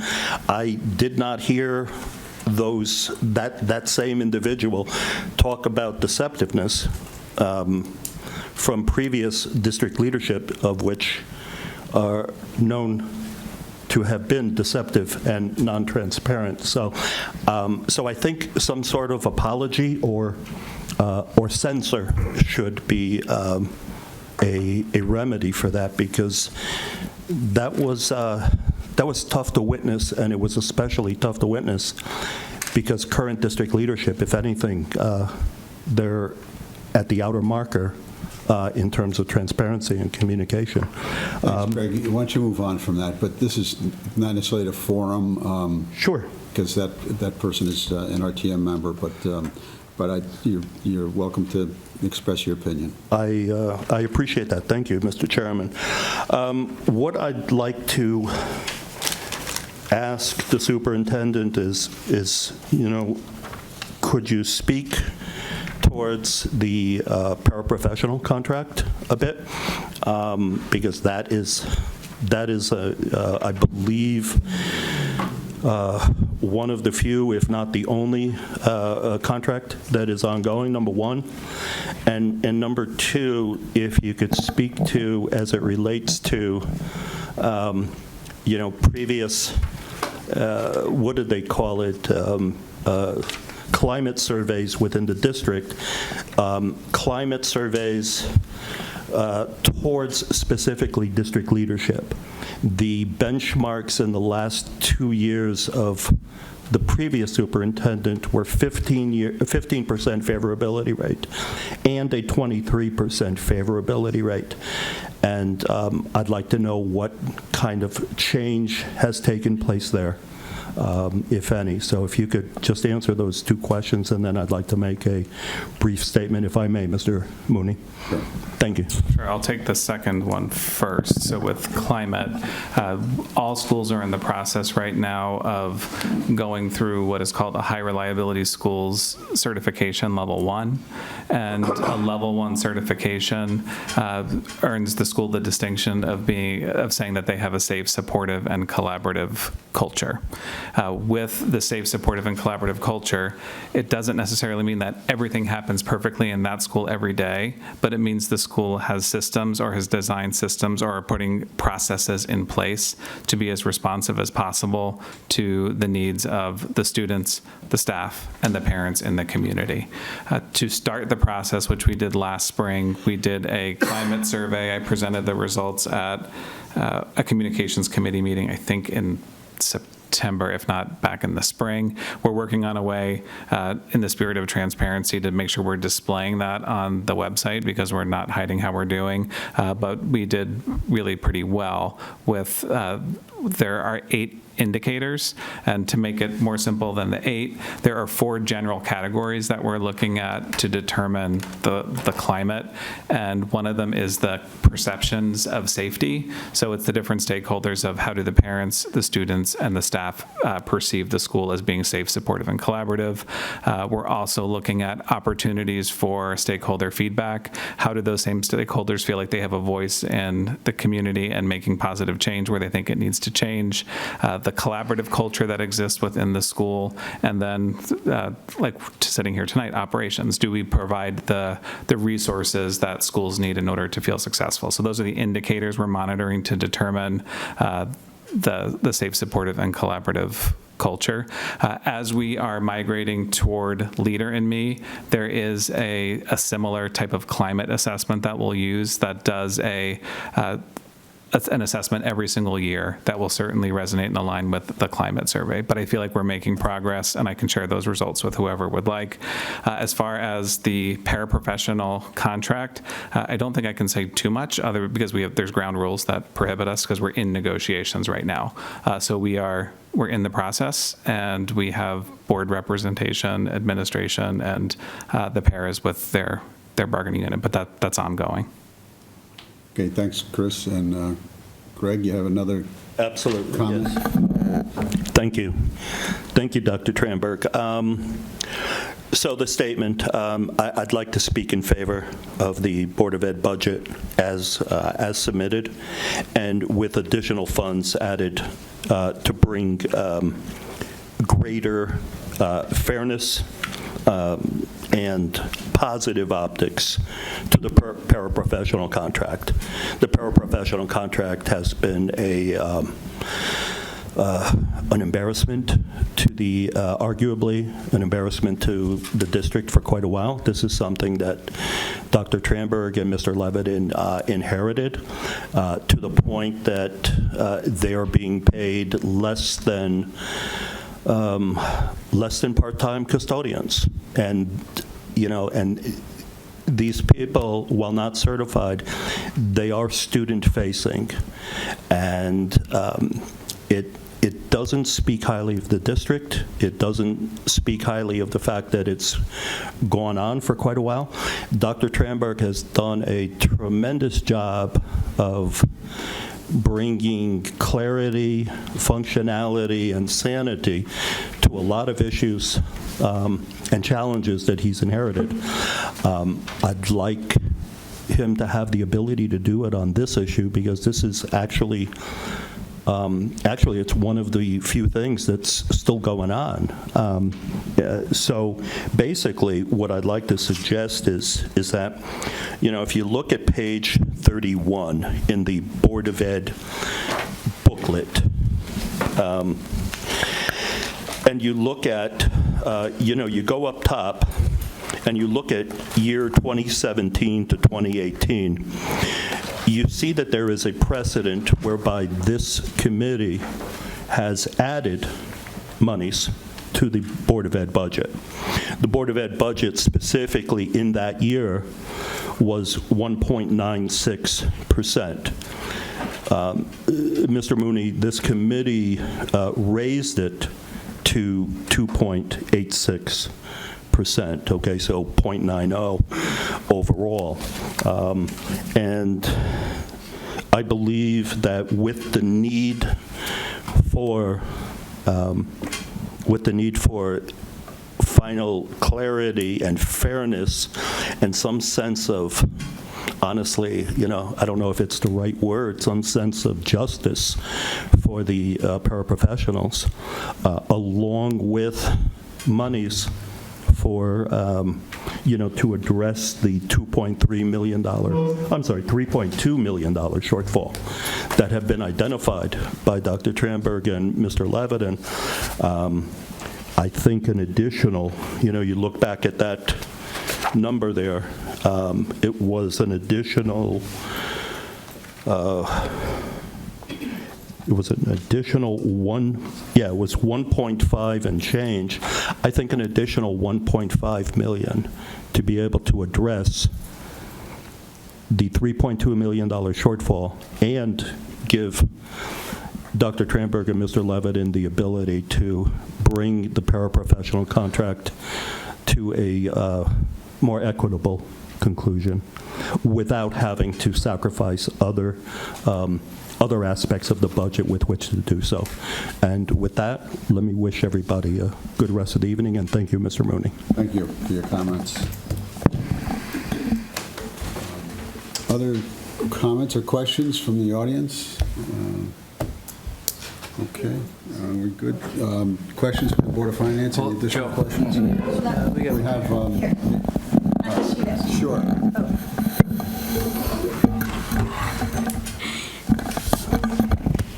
My name is Shahida Sumro. I'm a resident of Branford and RTM member, District 4th, and I'm a chair of Education Committee. I always big supporter of the education. I think that's why I'm here. And my kids, I have 2 boys. They both graduated from here. But I have a question that we need to improve the results, especially SAT. And I have a question. The SAT and SBAC performance we need to improve. So my question is that how much of this budget is directly targeted toward improving SAT and SBAC performance? I wouldn't be able to give a specific number right now. I can get back to you on it. But the amount of professional development, so if you look on the curriculum page of the budget book, that will give you a breakdown of how much we're investing in the professional development for teachers, which is one of the primary ways that we're investing in improving in those scores, and also with some of the resources. So looking at purchasing middle school math materials would be another example of where resources are going directly to the students. Thank you. Okay. Other questions on the operating? John, you have a question? You want to use the mic? Thank you. Yes.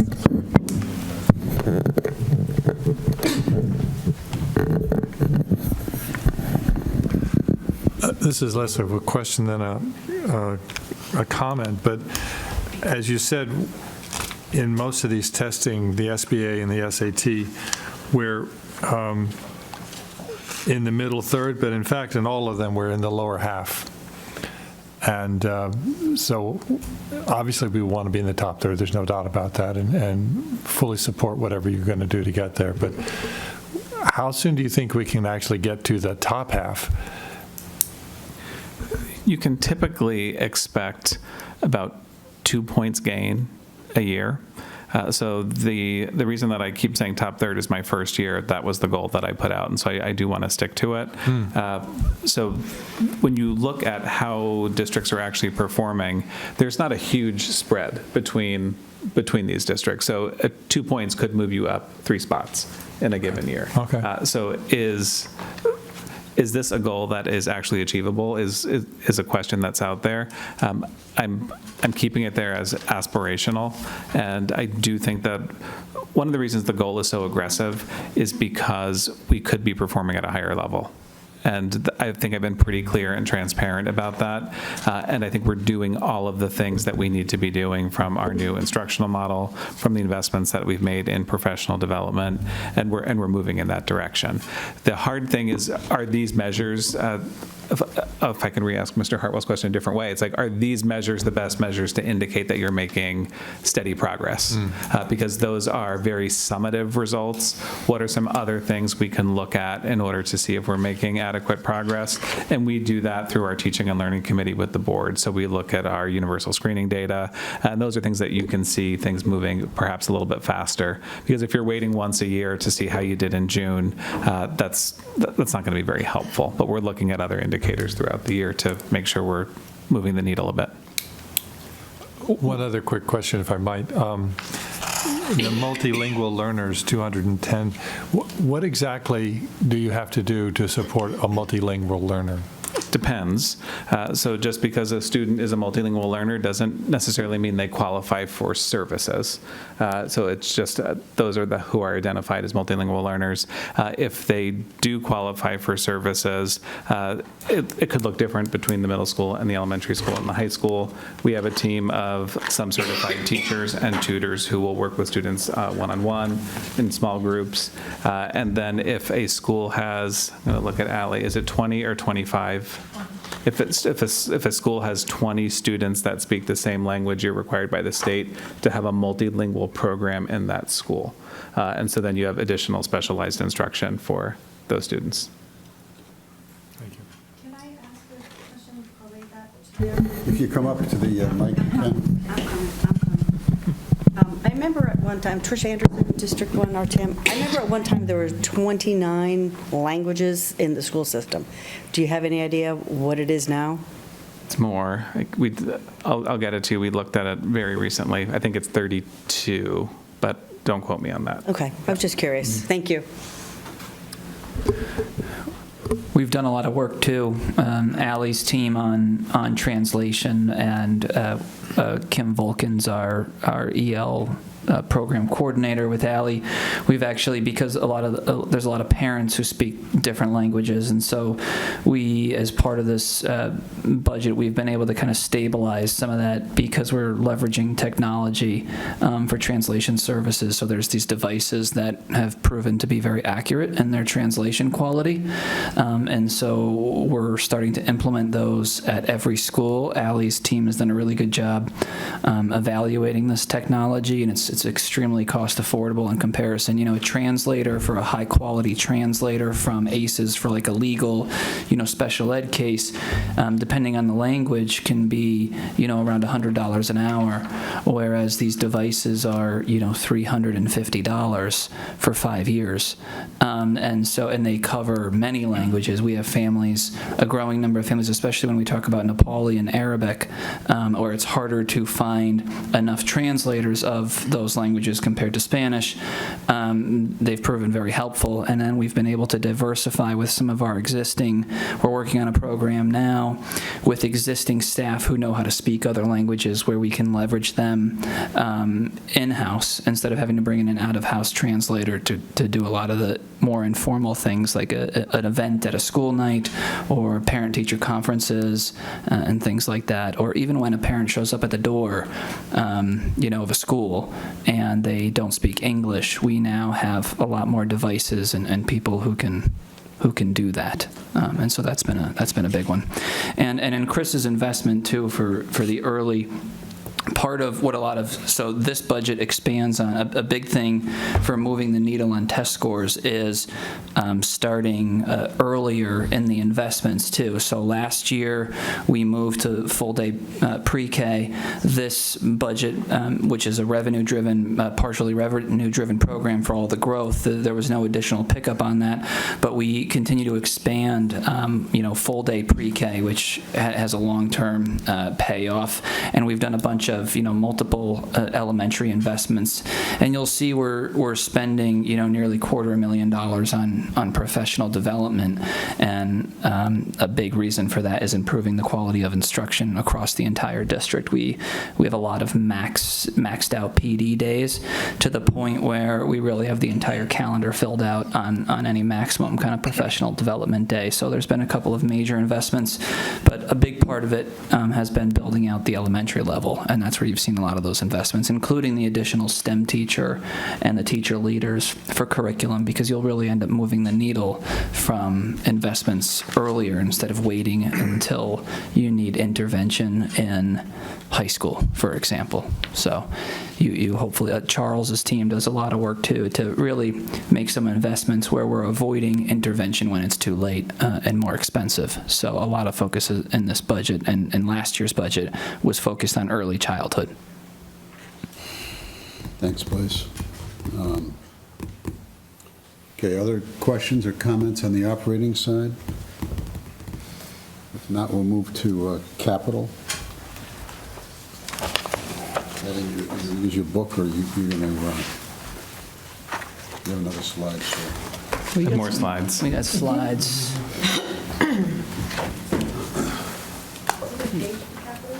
69, I think, is the... ours, and it's in the town book, too. Catherine has the town book. Using the Board of Ed book, or... Page 2 in the town book in section 4. If you have the town. Which page is it? That one, section 4.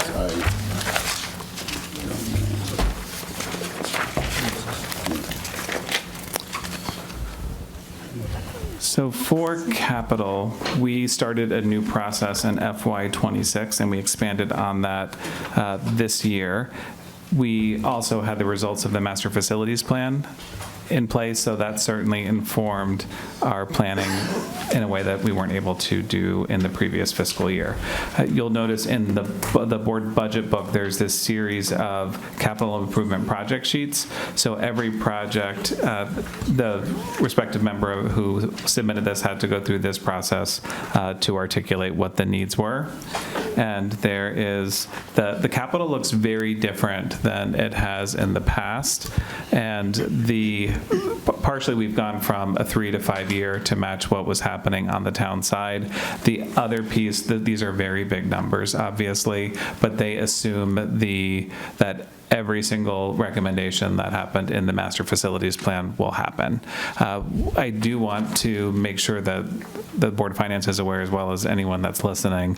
The team has worked very hard and closely with our representatives, so Senator Cohen, Representative Comey, and Representative Rader, really looking to see how we can maximize our reimbursement rate for these projects, because our ability to do that really will change what these projects end up looking like over time. So right now, as far as the master facilities and priority projects, we are currently working on the recent allocation of the $11 million from the Board of Finance for the high school projects. The first larger scale project, I'll call it, is the elementary schools. So that would be the closure of Sliney and then the renovation and expansion of Tisco and Murphy. We are in the feasibility study process for those schools right now, meaning we have this recommendation that came from the master facilities plan. Is it possible? Is that recommendation even possible? Is the square footage there on those parcels of land in order to accommodate not only the students of Sliney, but also with the idea of universal pre-K, can we add 6 additional pre-K classes onto each of those campuses? That's important because every elementary project that has preschool as part of it, it increases the reimbursement rate by 15%. So that's a little bit of a pivot from what our original plan was with master facilities, because we're really shooting for having preschool at the high school, having a wing for preschool, so there could be articulation for a pathway, early childhood pathway, but 15% translates into millions and millions of dollars in reimbursement. So it might be a trade-off that we can't help but consider. For people that are just tuning in, whether they're new to the town or they're just becoming part of the budget process, we did create a website last year, and it is recently updated. It's bpsforward.com. It gives the history of the master facilities planning process. There are frequently asked questions. So if someone says, what's going on? I haven't heard about this. This has been around, and we continue to update it to make sure it is as useful as possible to people. A challenge with master facilities is the people that are part of the conversation when decisions are being made tend not to be the people who are actually affected when the change happens. So there's no way around that. You've all lived it before, so you know exactly what I'm saying. I just want to add, too, on the school construction grants, you have to fully appropriate the full project cost balance, so you can't net out in your appropriation the difference. And so you have to show that the town has to appropriate, if a project's $100 million, you have to appropriate the $100 million, and then when you get into the actual financing of the project, they pay less attention to that, but the state needs to see the full obligation of the appropriation. And so right now, just for clarity, Branford has a 35% reimbursement rate kind of by right of the formula, and then we have a 15% bonus if we move the elementary schools, plus there is, if you sign on to an MOU to just explore affordable housing, you can get another full 5%, which is something that First Selectman Brooks has been leading on, or I believe we did that with the CMD. The Development Authority? Yes. Yes, okay, so then that's worth 5% right there already, and then with some special ed space, it's only reimbursed on the actual space, but that comes out based on our programming to about like 2.5%. So we're already, even without special legislation, just shy of about 60% on our reimbursement rate, but you still have to show the full $100 million, for example. But even... And that would be for the elementary schools. That's on the elementary schools, yep. And then if you look at the high school projects, you back out the 15% is specifically, originally in the master plan, it was going to show, like Joe, you were on the committee, it was going to, and so was Josh, we were going to put it there, but the legislation for the 15% specifically is in an elementary school. That's the incentive there. Yep. Right.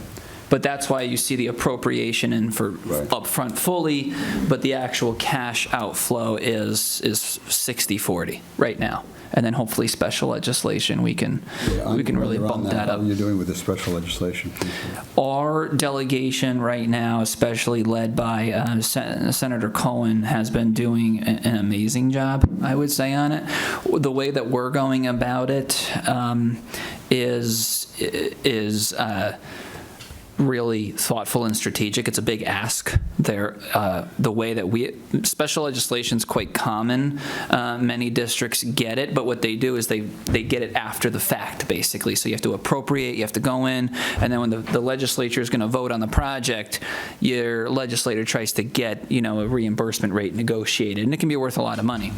Because we're in the early stages and we have such a strategic delegation, we're asking for something similar to basically only Stamford and Norwalk and Waterbury have, which is a blanket approval, and that is like an upfront ask for a guaranteed number of years at an additional reimbursement rate.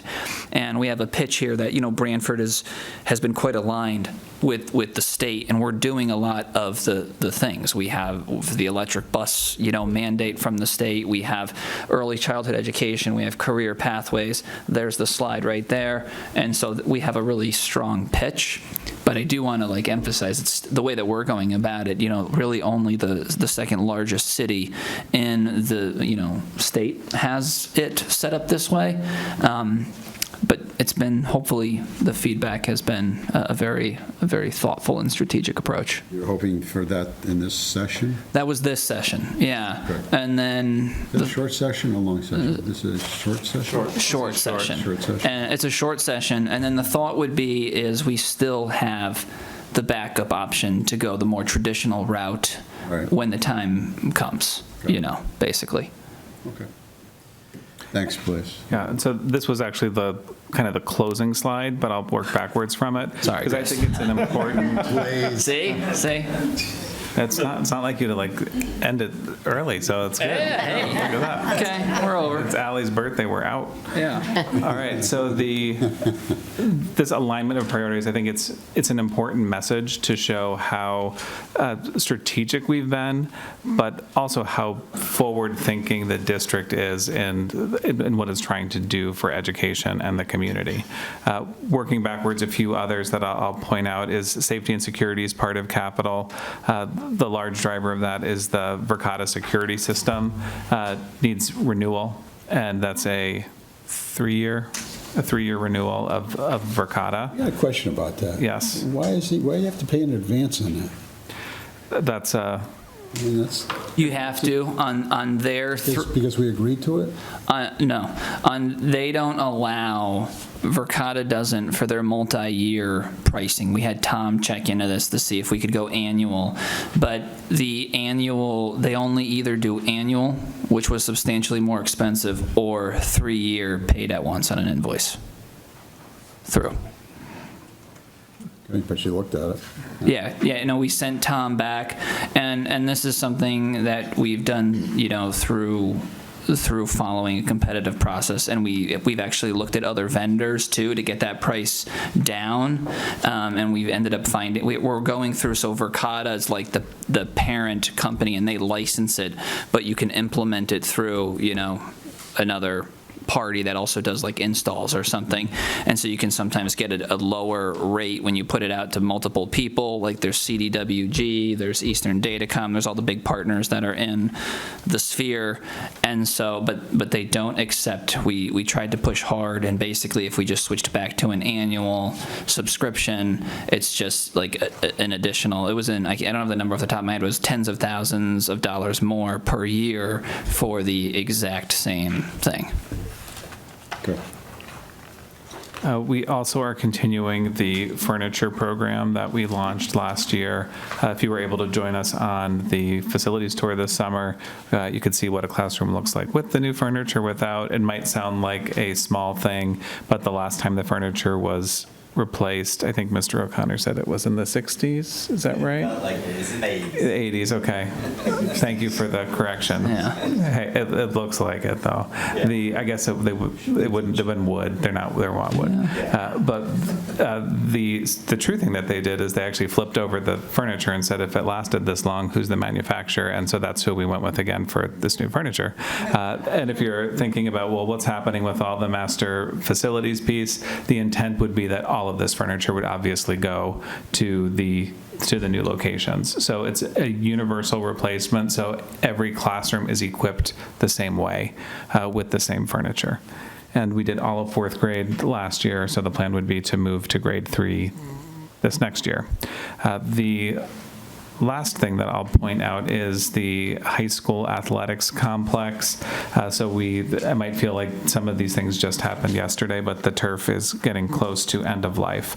So that is coming. So in phase 1 in FY28 is for track replacement and track resurfacing. And in FY29, there's placeholder for bleachers, press box, and scoreboard improvements to modernize that space. And I did the big closer slide thanks to Blaze, and there's just also just naming some of the assumptions that we made going through this process. So these are just the variables, and these are things that you know as the Board of Finance, but these are things that we considered as well. And in the spirit of transparency, we did just want to be clear, this just articulates the process the board went through. This is a screenshot of just what's on the budget materials website, so you can see it's my initial presentation all the way to the budget book that you have in front of you now are all available there. So if anyone's asking where to get them, that is probably the easiest place. And if anyone would really love a hard copy of the book, we can certainly provide that. And what we added in there too this year, so the Board of Ed budget, many of you know, and in detail, they didn't used to break it out in the same munis accounting structure that you were using the character codes, and we changed all of our reporting to match, so it's all broken out, 100s, 200s, 300s, 400s, and then on the website too, and we can share it. What we post in January every year is a individual. The board goes through, and Megan, who's our PNF chair, has been a leader in increasing transparency in the Board of Ed budget, and we've done we actually go through by every object code, and we explain each year-to-year driver increase, and it highlights every single kind of by account what all of the drivers are for every single account. That's something that's posted online in January, and then we update it again for each of the board levels, and we usually end up sharing that out too. And all of the board also records all of their questions in writing that they do, and then we draft all the answers so that they can be shared with the public. So each Q&A workshop, we do this exercise with the board, but we actually document and kind of do all of the Q&As, and we usually go back through 3 of those Q&A sessions, and every one of those, and we reference to all of the object codes that those are associated with now. That was a big change to kind of something that we recently started doing last year. Well, thank you. Questions from the board on the Capitol? Questions from the audience, RTM members? Greg, you come on and come up to the mic.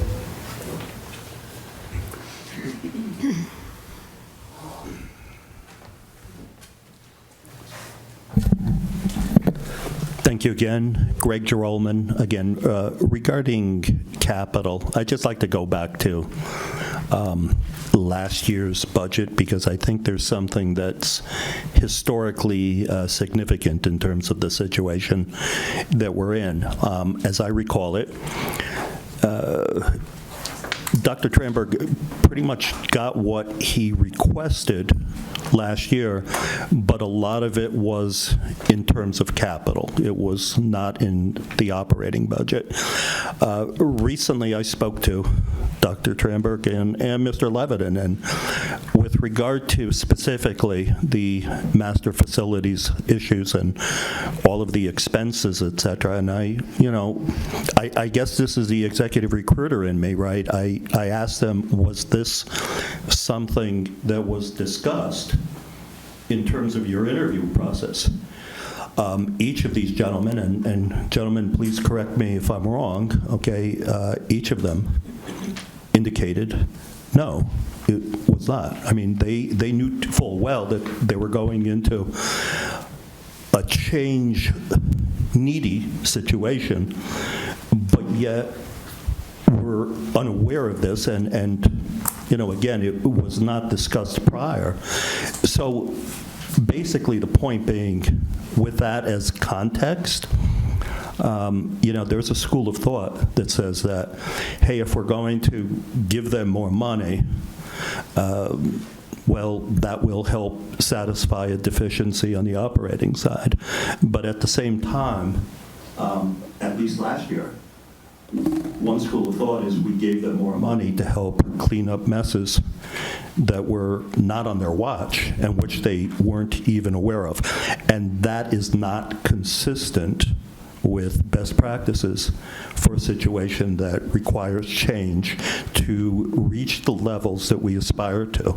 So in closing, I'd just like the Board of Finance to be mindful of that. I reserve the right to be wrong, but at the same time, I've researched it closely.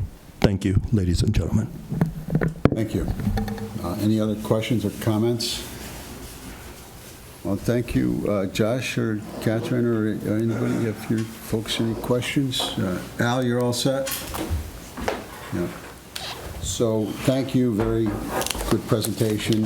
And our challenge is to look at all of the budgets. As you know, this is the largest one, large increase, and knowing what's out there as far as the master plan and everything else. So obviously, Blaze and Chris have been worked very closely with Town Hall and our board to be as transparent, as clear as possible, knowing we have challenges across the board. So thank you for your presentation, and look forward to, if we have any follow-up questions, we'll contact you for sure.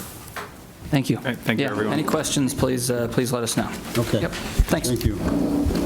Harry, no new leadership there, no new administrators, I promised you. Okay. Just following through. So, thank you, Chris. With no other business to come before the board, we'll ask for a motion to... Joe, stand by. Yes, Tracy? Tricia. Tricia Anderson again, sorry. I just have a question on the overall budget. Overall budget? Yeah, just Okay. as far as how it works. Okay. So at the end of each year, if there's a balance left over, does that get brought forward from the operating and capital? It depends on if it's in one of the funds, a capital project funds, or a particular project that's been appropriated, then it would usually carry over. To a new project? Well, not to a new project. That would continue into multiple fiscal years. If it's a capital projects fund, like a sinking fund, or one of the projects that are ongoing, okay, those appropriations would continue. But if it's in the operating budget, then anything that's unexpended, if there's not a purchase order on it or it's not encumbered, then it would go into fund balance. Okay. And who monitors the balances of these accounts for the town? So monies don't... For a budget account? Yeah, so it doesn't get kind of stuck in a department, it has to come back. Oh, sorry. No, That'd be me. I would say it's Josh. No.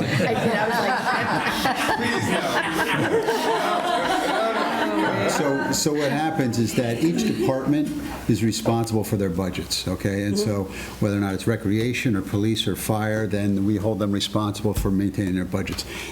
Everything goes through Town Hall, which is Catherine and the finance office, and so they have purchase order systems, and they either, will approve an expenditure or cut the check or work through some other bid process or whatever. So it's not only the departments that are responsible, but it's also funnels through the finance office. Right, check and balance. Right, yeah.